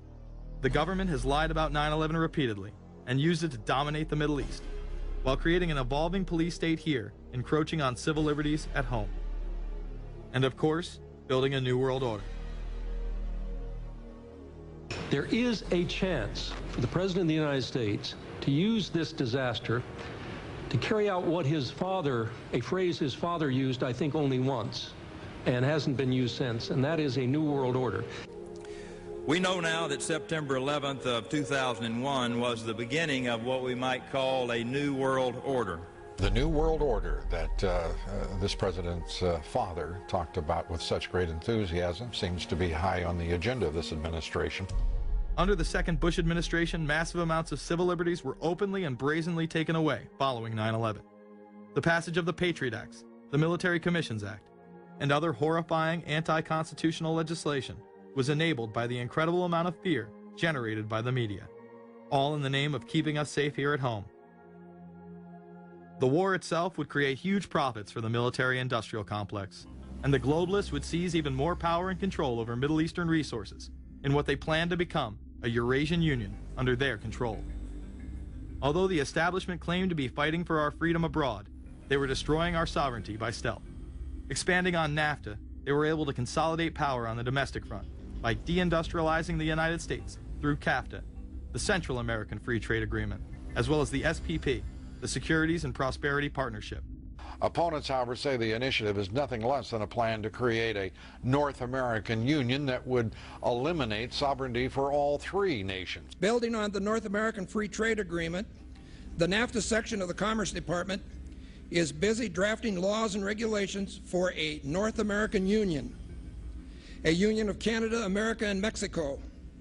The President has attended secret meetings and signed at least 2 agreements under the Security and Prosperity Partnership Program. The stated goal established by Presidents Bush, Fox, and Prime Minister Paul Martin is integration by 2010. It's a plan from the business elites, the political elites, that will cost more American jobs, cost American sovereignty, but it would fulfill the President's father's vision. Now, former United States Trade Ambassador Robert Zoellick is talking about it again with renewed vigor. This time, a new world order with business at the helm of trade and economic policy. It's an agenda that goes hand in hand with the United States, Mexico, and Canada, working quietly and behind the scenes to promote a common market with common deregulation for the benefit of multinational corporations. It's remarkable to me, the arrogance, the idea of just simply throwing away the nation's sovereignty, but they're trying to do so in so many ways. People better understand that they mean exactly what they're saying. It's a new world order they're trying to create. Dobbs, the only mainstream anchor to expose the new world order, resigned shortly after bullets were fired into his home. The elite do not plan on waiting around for these unions to be formed before implementing the next step in global government. Through the vast global economic crisis of the last few years, they have been able to devalue the dollar and undermine it as the world's reserve currency. They have allowed the Federal Reserve and IMF to consolidate power by taking control of the Securities and Exchange Commission, as well as issuing a global currency instead of the dollar, disguised as a special drawing rights unit. This aspect of the New World Order was announced at the G20 in April of 2009. There is a big thing that's going to happen in London at this G20, and then they're hiding it, they're camouflaging it, they're not talking about it. Coordination of international regulation. What they are going to do is to put our Fed and our SEC under the control, in effect, of the IMF. The New World Order, that's what they're planning in there, is to undermine the U.S. currency, and it's just really sad. What it really is putting the American economy under international regulation. Yeah. And those people who have been yelling, oh, the UN's going to take over global conspiracy government. Theorists. They've been crazy, but now they're right. There's 20 or whatever people in the G20, say there's 20 ministers, thousands of us, and we can't get our voices heard. When Geithner said he would be open to the idea of a global currency last week, yeah. Those conspiracy people had said and suggested that for years. Right. You're not wrong. Cash is becoming weeded out. Cash will most likely be eliminated or extremely difficult to use in many situations, so that you'll have to use the global currency or the electronic currency. Even though a physical global currency is yet to exist, groups such as BRIC are openly promoting a new reserve currency, which is a conglomerate of Brazil, Russia, Indonesia, and China. Get everyone in the whole world using one currency, which some people think that's a good idea.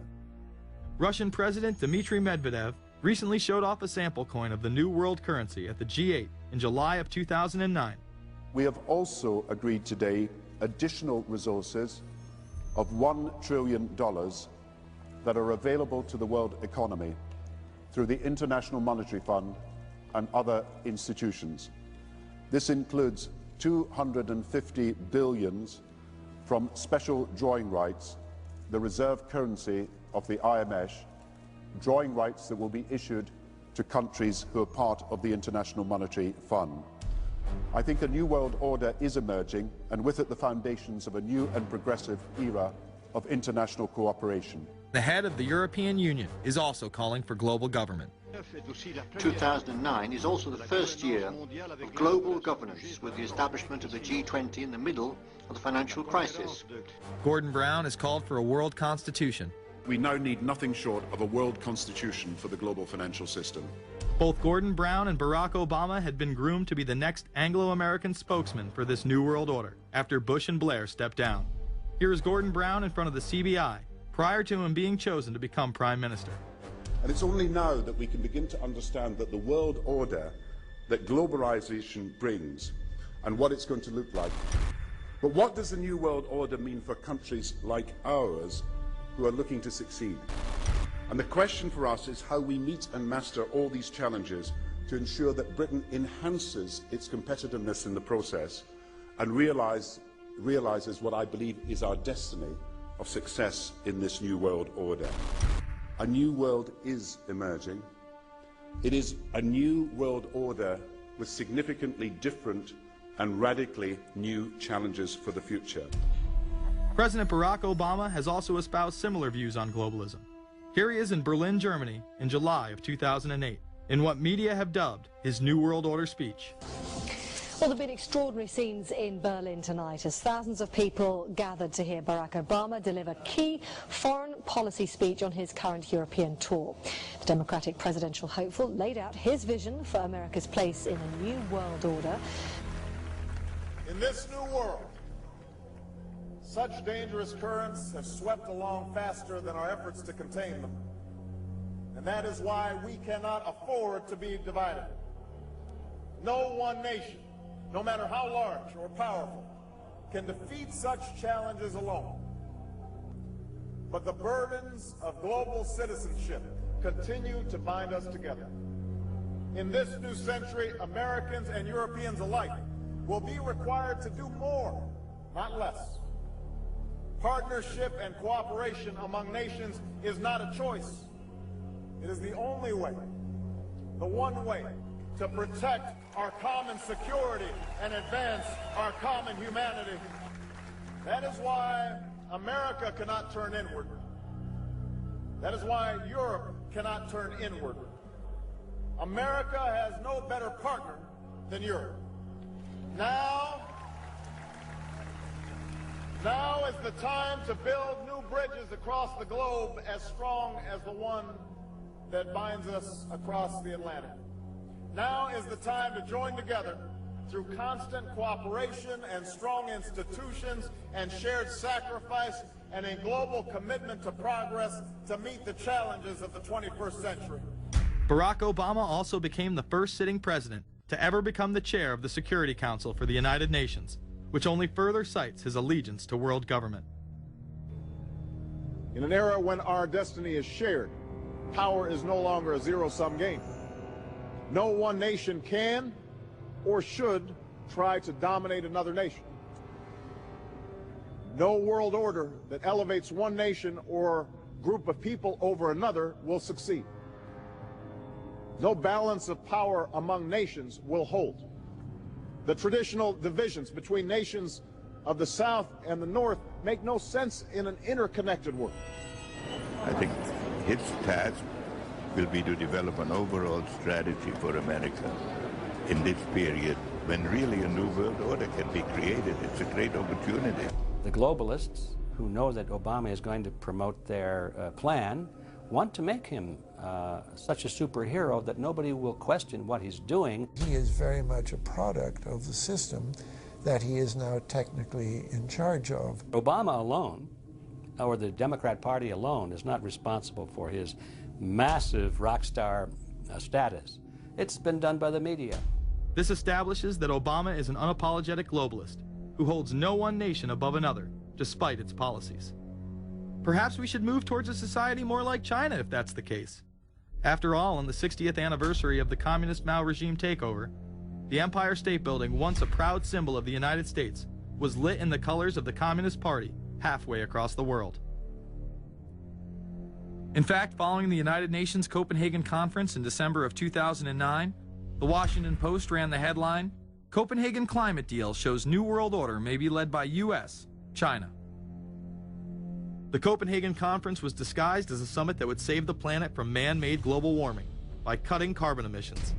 When taking a look at the almost 200-page document that was being proposed, it becomes evident that this was yet another attempt to establish global government and set up a global tax. In Section 38, it states, "The scheme for the new institutional arrangement under the Convention will be based on three basic pillars: government, facilitative mechanism, and financial mechanism." In Section 47, subsection F, it discusses cap-and-trade schemes and carbon taxes and the use of new and existing flexible carbon market mechanisms. These cap-and-trade schemes were just that, a scheme to further transfer the wealth from the poor to the ultra-rich. One of the ways it will drive the change is through global governance and global agreements. The fact that our president even attended should be considered treason. Just weeks before the conference, ClimateGate hit the media. Secret emails confirm that many of the United Nations lead scientists had engaged in fraud in order to promote the idea that man-made global warming was occurring and that carbon dioxide was a toxic gas. In reality, they admitted the Earth had been cooling for the last decade and that they had destroyed the source data in order to ensure the scientific community would be unable to review their findings. Bill Jones was forced to resign from his position at East Anglia University, and Penn State has launched an investigation into Michael Mann. Because of the scandal, many countries refused to sign the agreement, and instead only 25 heads of state, including rock star President and Savior Barack Obama, signed a much shorter and broader accord. The document states that a high-level panel will be created, and that parties will be subject to domestic auditing, supervision, and assessment. The climate conference in Copenhagen is another step towards the global management of our planet. The idea that carbon dioxide, the life force for plants here on Earth, is a toxic gas and should be taxed is laughable. There have been numerous periods of time in which the Earth has had vastly more carbon in the atmosphere than present day. In areas where there have been volcanic eruptions which emit large amounts of CO2, plants have benefited, and there is no negative impact on the surrounding environment, as well as indigenous people from the excess carbon dioxide. The globalists promote this theory to keep mankind in fear, not only for the establishment of a global government and a global carbon tax, but the literal control of the entire planet. An even darker side to the scam of man-made global warming exists. In reality, it's about population control. Ted Turner reveals himself here in this interview with Charlie Rose. We've got to stabilize the population. When I was born, there were so what's wrong with the population? I mean, with too many people. That's why we have global warming. We have global warming because too many people are using too much stuff. We've got to stabilize population. On a voluntary basis, everybody in the world's got to pledge to themselves that 1 or 2 children is it. Not doing it will be catastrophic. We'll have 8 degrees, we'll be 8 degrees hotter in 30 or 40 years, and basically none of the crops will grow. Most of the people will have died, and the rest of us will be cannibals. Civilization will have broken down. What the few people who are left will be living in a failed state like Somalia or Sudan, and living conditions will be intolerable. The droughts will be so bad there'll be no more corn growing. Not doing it is suicide. Unbelievably, when Turner met with other globalists, David Rockefeller, Warren Buffett, Bill Gates, Michael Bloomberg, and even Oprah Winfrey to discuss population control, they were portrayed as superheroes. Behind closed doors on this New York campus, a secret gathering of some of the world's most powerful people. Gates, Buffett, Bloomberg, Winfrey. It was like, well, it was like the Super Friends. In the great hall of the Justice League, there are assembled the world's 4 greatest heroes. Together with others at the meeting, including George Soros, Ted Turner, David Rockefeller, they're worth more than $125 billion. The new Superman and Wonder Woman, the super rich friends, not fighting bad guys, but fighting for good nonetheless. Would a superhero call for a one-child policy? Would a superhero call for population control? In a recent interview, he claims that 2 billion people would be ideal. That means 4 billion plus must die to accommodate a man who owns more acreage than anyone else on the planet. Let's not forget that Ted Turner is the president of the United Nations Foundation. There are countless examples of how we are being indoctrinated to accept these kind of conditions and believe that man and his activities are the problem. From the promotion of climate cops, we're the carbon cops and we're on the lookout for energy wasters, to phony liberals and conservatives getting together to promote climate change. Hell, let's face it, we're polar opposites. We couldn't be further apart. I'm on the left, and I'm usually right. And we strongly disagree. except on one issue. Tell them what it is, Reverend Pat. That would be our planet. Taking care of it is extremely important. We all need to work together, liberals and conservatives. So get involved. It's the right thing to do. Now there you go again. The New World Order will stop at nothing to achieve planetary dominance, whether it be assassination, wars based on lies, and even a phony environmental movement. So it should come as no surprise that they have been tracking, tracing, and databasing our lives for years. Many people are aware that the Bush administration engaged in warrantless wiretaps on American citizens. What they don't understand is that it has come out in court that all the major telecommunications companies have been secretly storing every piece of data received from our phones and our computers and handing them over to the National Security Agency. You heard about the government secretly listening in on phone conversations without a warrant, but there is evidence that your email is also being tapped. The government has been intercepting most emails as part of its terrorist surveillance program. That program has been criticized as illegal because it's missing an important ingredient: search warrants. Several years ago, Klein says he came to suspect that AT&T had installed secret computer gear designed to spy on internet traffic at the request of the National Security Agency. This is just a small part of the picture, as AT&T was not the only company involved and emails were not the only issue. The NSA was installing Norris Insight systems, which are capable of monitoring billions of bits of internet traffic per second. It was also able to monitor any calls traffic through its system, all websites visited, all instant messaging, and separate types of transaction records. The secret room at AT&T contains gear which enables the government to look at every individual message on the internet and analyze exactly what people are doing. Here's another document. It mentions a company called Norris. Norris makes computer software that can swallow and analyze 10 gigabytes of information every second. That means it could go through all the information in all the books in the Library of Congress in a little over 15 minutes. The documents Klein and others were able to produce were then censored by the NSA. Bankston isn't allowed to talk about the documents in detail. The government has since had them sealed, but he says what is in there boggles the mind. We are talking about a substantial portion of all the communications traffic in the United States. The policies have been shielded by the Obama administration and continue to this day. Attorney General Holder has publicly stated lawsuits be thrown out of court. And after several attempts, Klein and other cases were thrown out as well, once again citing the national security of what used to be a constitutional republic, not a massive corrupt slave state. Living in the New World Order, when it's close to completion, for the average citizen, for people like you and me, is going to be essentially slavery. We're never going to be able to get ahead. We're never going to be able to amass enough wealth, essentially to retire or to do what we want to do in life. We're going to constantly be working for the man. They're creating essentially a two-class system. So it's going to be an inner ruling elite and then everyone else. And I got news for you. You're everyone else. The New World Order that is currently being built revolves around creating a global technopoly ruled by the elite, in which they dominate and control a severely reduced populace, which they treat as their pets. In the New World Order, the people are the enemy. Internal documents released in March of 2009 reveal that the Department of Homeland Security is targeting citizens who discussed the New World Order, people with a Christian identity or sovereign citizens who argue that the government has gotten away from the intent of the Constitution and are strong states' rights advocates. People who are anti-immigration, stating, extremists will argue that immigrants are taking the jobs of U.S. citizens during times of high unemployment and without paying taxes. People who oppose the Federal Reserve banking system. People who display constitutional party or libertarian material. People who support Ron Paul. And those who have bumper stickers containing anti-government rhetoric.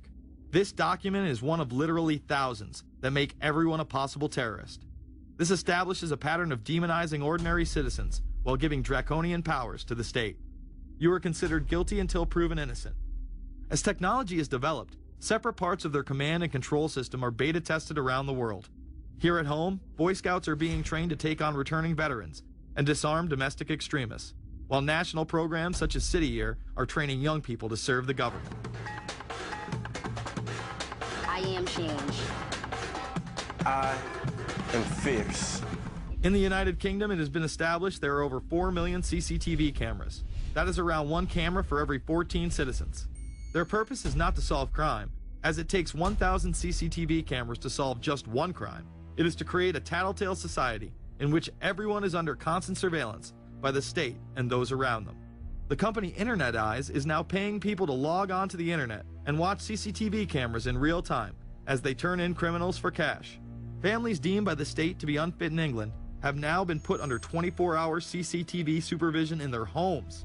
This program has plans for 20,000 families in England, which is to double in the next 2 years. Your every move in both your home and the outside world is under constant surveillance by a criminal elite who operate above the law. As we are constantly under the microscope, their activities remain in the shadows. Obama extended diplomatic immunity to Interpol with Executive Order 12,425, further empowering criminal behavior within our own government. In the Middle East, endless wars will continue. Under the Obama administration, we have sent tens of thousands of more troops into Afghanistan, all while the same network exposed in the Iran-Contra affair discussed earlier controls the opium trade. It was revealed in October of 2009 that the CIA had been funding puppet Afghani leader Hamid Karzai's warlord brother for the last 8 years. He is the lead opium dealer in the region. It seems the same cartel that was dealing drugs in the 80s and 90s never stopped. After all, how else could the government fund black operation programs across the board? The Karzai regime has whole sections of it which are drug-supported, and we can't touch it. We turned Afghanistan into the major supplier of heroin for the world. It happened under CIA supervision. This continues while many of the Taliban are literally on U.S. payrolls. Is there a possibility that we have Taliban employees? The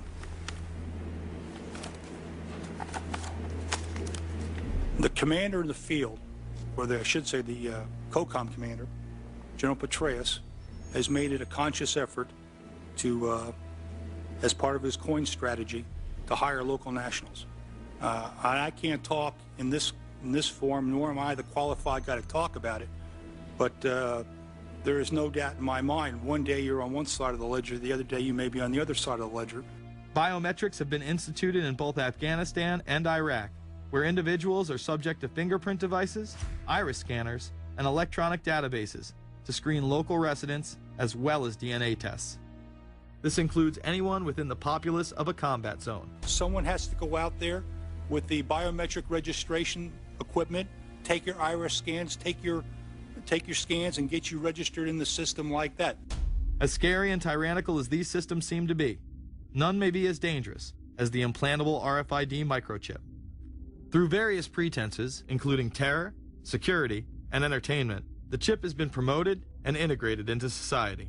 In 2001, following the 9/11 terrorist attacks, the Jacobs family became the first family to be injected with microchips in front of a live television audience.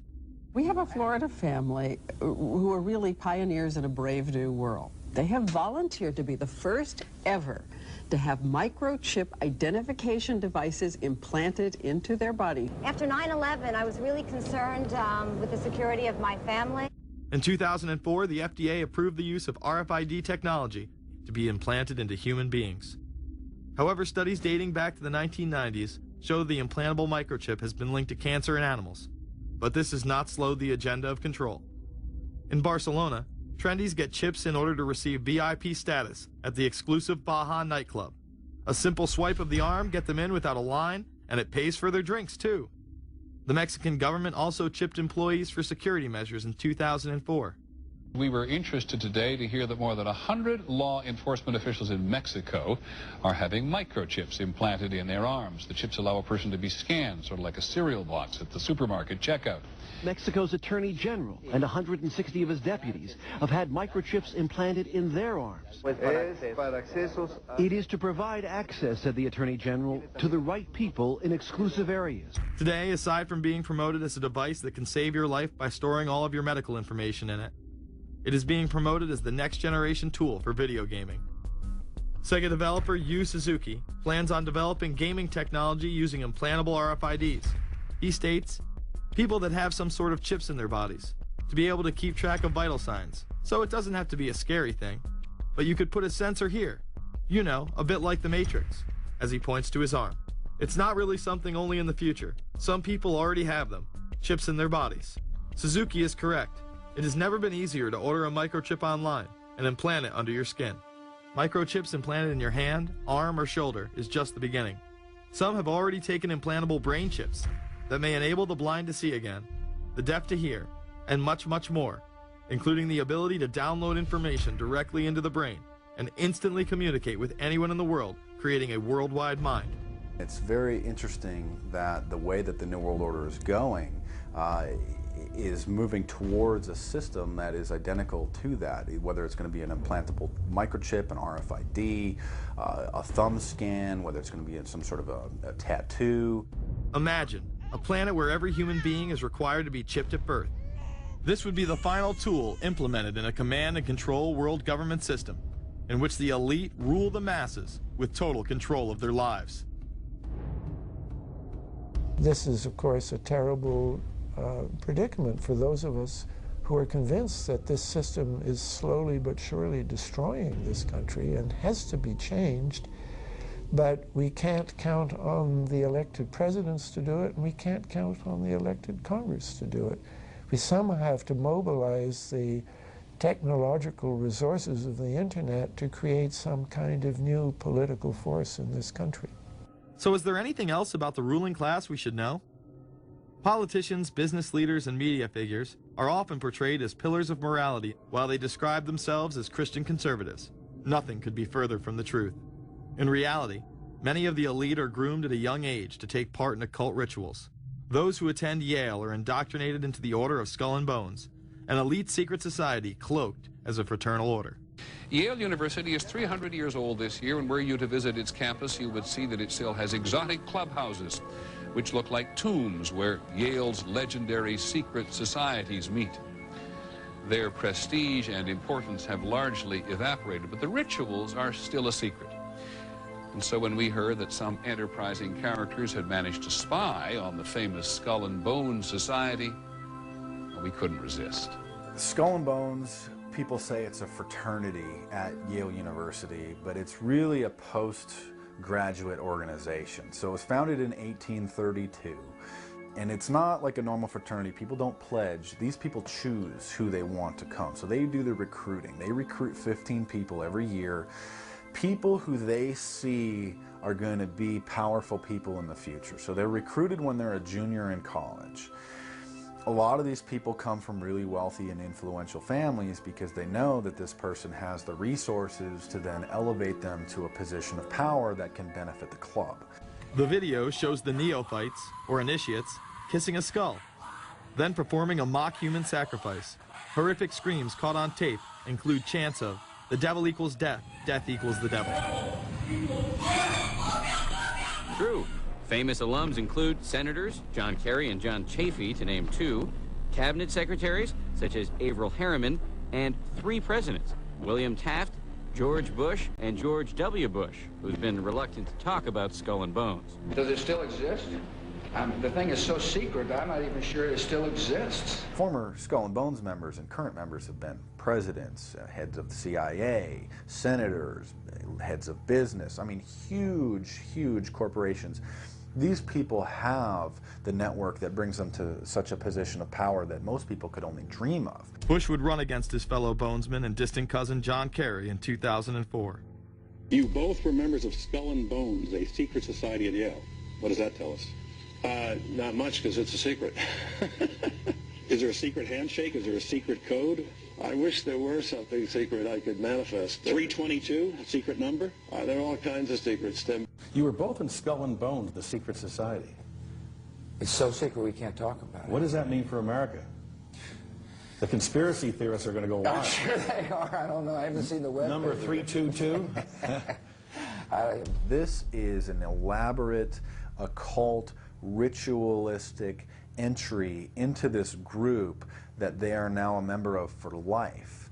This culture of death and the occult continues long after college. Later on in life, these pagan rituals carry on in the redwoods of Sonoma, California. And what is the Bohemian-Grove? Well, it's a kind of summer camp for the powerful, an all-male gathering in great secrecy. This group was formed in the late 1800s by artists, industrialists, and politicians. Bohemian attendees worship the owl as their deity. The Aztecs, Mayans, and other natives of Mesoamerica consider the owl a symbol of destruction and death. This is why the opening ritual for the club is the cremation of care. During the ritual, the effigy of a baby is rowed across the water by the Grim Reaper and given to a high priest, who then tosses it on a fiery sacrificial altar of a 40-foot owl god. It is an earth-based ritual in which care is burned away. The conscience is symbolically cast aside so that they may ignore the pain they have inflicted on others for the advancement of their own agendas. With this ceremony called the cremation of care, that begins the 2-week encampment where the body of dull care, symbolizing woes and concerns, is burned on an altar in front of a big owl statue. When that ceremony ends, they all start to cheer and yell. You have to ask yourself why it is that somebody would want to do that, let alone these elite people. And if you look at the elite throughout history, many of the people that achieve pinnacles of power are into the occult. They seek a supernatural way to gain power. Why are Christian conservatives such as the Bushes and Newt Gingrich attending the Grove? And I recognize I'm not going to be invited to Renaissance Weekend or that Bohemian deal where Newt, Rush, and Dick all sit in a teepee naked beating on tom-toms. Why does the media barely mention the Grove? Because many of them are in attendance. Late political cartoonist Phil Frank of the San Francisco Chronicle draws a reporter thinking about his loyalties to Bohemian-Grove as he takes notes for a story. Stories about what happens in these redwoods are hard to come by. A campground statue reminds Bohemians to keep their mouths shut about the Grove. Many world events have been shaped at the Grove, including the creation of the atomic bomb. Discussions at the Grove in the 1930s helped lead to the development of nuclear power and the atomic bomb. Every Republican president since Calvin Coolidge has been a member, as well as many Democrats, including Jimmy Carter. If you look at the membership lists of the Bohemian-Grove and the Council on Foreign Relations, the Bilderberg-Gruppe, a lot of the key level people are overlapping and are involved in numerous groups. In addition to pagan rituals that take place there, this all-male club also deals with darker themes through the plays Montezuma, which feature Aztec human sacrifice, and Faust, which feature Mephisto. Some of these plays are disturbingly flamboyant. Many of the elitists have a penchant for cross-dressing and singing show tunes. Perhaps that is why much of the all-male staff also happen to be homosexuals. Well, each year, many of them seem to have a stunt or try to come up with a stunt. Last year, in 1980, the popular button was Free the Fortune 500. Bohemian-Grove that I attend one time at a time. It is the most faggy goddamn thing you will ever imagine. In 2004, the New York Post reported that gay porn star Chad Savage would be servicing moguls at the Bohemian-Grove. In recent years, several politicians have been outed in scandals, including Senator Larry Craig, who tried to solicit sex from an undercover officer in 2007. Even more shocking, it was revealed in 2004 that right-wing blogger James Guckert, who had unprecedented access to the White House during the Iraq War, was actually Jeff Gannon, a madam and male prostitute for MilitaryStuds.com. During his 2 years writing for GOP USA and Talon News, Gannon officially made over 200 appearances at the White House. Oddly enough, over 24 of these visits would take place when there were no scheduled briefings. He failed to check in or out with the Secret Service on many other occasions, coming and going as he pleased. These type of activities are not new to the White House. In 1989, headlines involving callboys in the White House rocked the cover of the Washington Times. The Washington Times reported today that unidentified White House aides in the Carter, Reagan, and Bush administrations now are being investigated for using the services of a callboy ring. The paper reports that 2 of the male prostitutes were given a late-night tour of the White House last year. Hundreds of credit card receipts obtained by the Washington Times confirm that its clients were key officials of the Reagan and Bush administrations, military officers, congressional aides, and U.S. and foreign businessmen with close social ties to Washington's political elite. This ring extended beyond the White House and into Congressman Barney Frank's bedroom. Barney Frank, one of 2 openly homosexual members of Congress, acknowledged having used a male prostitute, whom he then hired as a personal employee. The man had keys to Frank's basement apartment on Capitol Hill. Frank paid him approximately $20,000 out of his own pocket to be his housekeeper and driver. But as first reported in today's Washington Times, the man was on probation for sex crimes and a drug conviction, and he ran a prostitution business out of Frank's home. Although Frank tried to claim ignorance, Stephen Goby, the prostitute in question, claimed that Frank was completely aware of what was going on and was even receiving free and discounted sexual services. The fix seemed to be in. Frank was threatening members of Congress to remain silent prior to being exposed in this sex ring. Massachusetts Democrat Barney Frank, a homosexual, threatened to expose fellow congressmen he knew to be gay unless they stopped spreading rumors. Questions stopped and Frank walked away with a slap on the wrist. Some members of the Ethics Committee were disgusted. Do we tolerate, do we condone a member of this body who knowingly permits a house of prostitution to be operated out of his residence? You have just heard one of the most edited, selective garbage that has ever been put forth, in my opinion, in this House. Again, we see people of the highest levels of power involved in the most repulsive and decadent of crimes. They couldn't care less about the code of conduct that's taught in all major religions about treating others the way that you want to be treated. And then they masquerade, they put this false front on that they're like everybody else, because your average person wants to do right, believes in some sort of a karma, believes in some sort of a divine justice in the universe. And so these people need to put on this front that they're like the average Joe in middle America, that they go to church every once in a while, and that they believe in an afterlife and a divine justice. And so they have to put on this front that they're like everybody else in order to get elected and to be accepted and to not have people look at them suspiciously, because if somebody goes around and openly admits that they were an atheist or that they were of some obscure religion, people aren't going to throw their support behind them as much, and they're not going to trust them as easily. The reality of this behavior is never revealed to the public, as the media keeps any revelations quiet. Unfortunately, these type of activities continue to this day. Florida Congressman Mark Foley chaired the House caucus on missing and exploited children, and went on television praising Chris Hansen's To Catch a Predator series. The Dateline piece has probably done more than any law we can create. Foley was later caught attempting to have sexual relations with numerous underage pages. Congressman Mark Foley, the man who championed the Child Protection Act of 2006, resigned after inappropriate emails and instant messages surfaced that he sent to former congressional pages. Once more, no charges were even filed. Foley himself has checked into rehab. No one has been charged with any crime. The predator class acts like Roman emperors, indulging in excess that includes sex with young boys while portraying themselves as men of the Lord.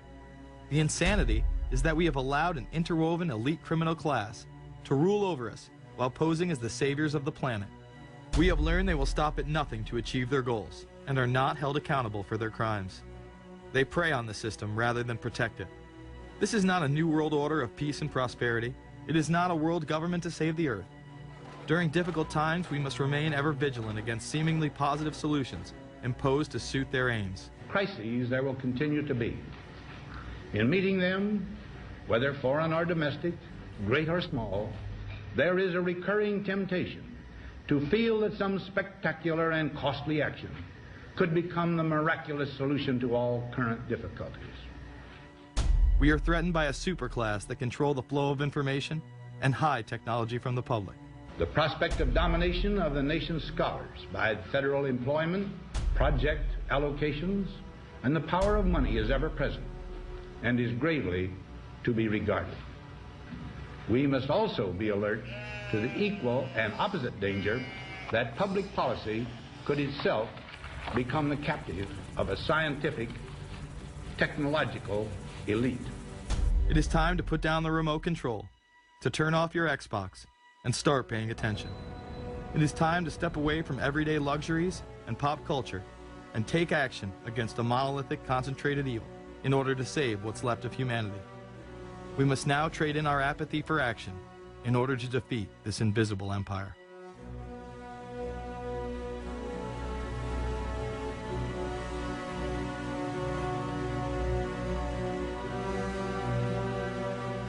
How set up are we to deal with this new world order? I think we're going to hear a lot about that today. Let's take the New World Order. It's an interesting phrase. I've been thinking a little bit about the structure of the world, right? The New World Order, as everybody says. The peace could yield to the pernicious New World Order. The New World Order. The New World Order. The New World Order. The New World Order. This New World Order. Stay fixed on your goal of imposing the New World Order. We kept talking about a New World Order. A New World Order. That's what we need now. A new world order with swing. One war and one victory doth not a new world order make. Conservatives used to believe in the United States of America rather than the United States of the New World Order. The ambition to create a new world order. Whose world order is this? And of course what he called it was the New World Order. Respect for a new world order. We can see a new world coming into view, et cetera, et cetera. That's the core of the New World Order that we want to try to build. It's the sole superpower, New World Order. New World Order. A new world order. To a new world order of peace. Let's say a new world order, for want of a better term. Entities of the new world order.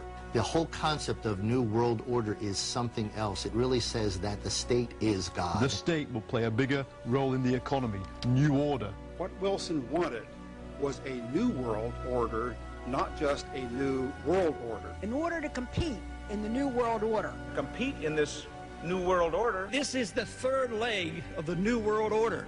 We had the World Bank, we had the IMF, and now we had the World Trade Organization. A rigid New World Order. This hoped-for New World Order. Constructing a new world order. In the new world order of the 21st century. The new world order we're going to put in place In this New World Order. in this new world order. The patriots in this country are not going to see their rights diminished in order to create a new world order. That President Bush has described as a new world order, which we all share that same desire. A new world order is surely in the making here. Are we ready for the new world order? It's a timely and often controversial question. You don't hear a politician speak the way you do in America. It's about the future of Europe and a new world order. Mr. President, thank you so much, and I hope to have you again, and I hope to see you again.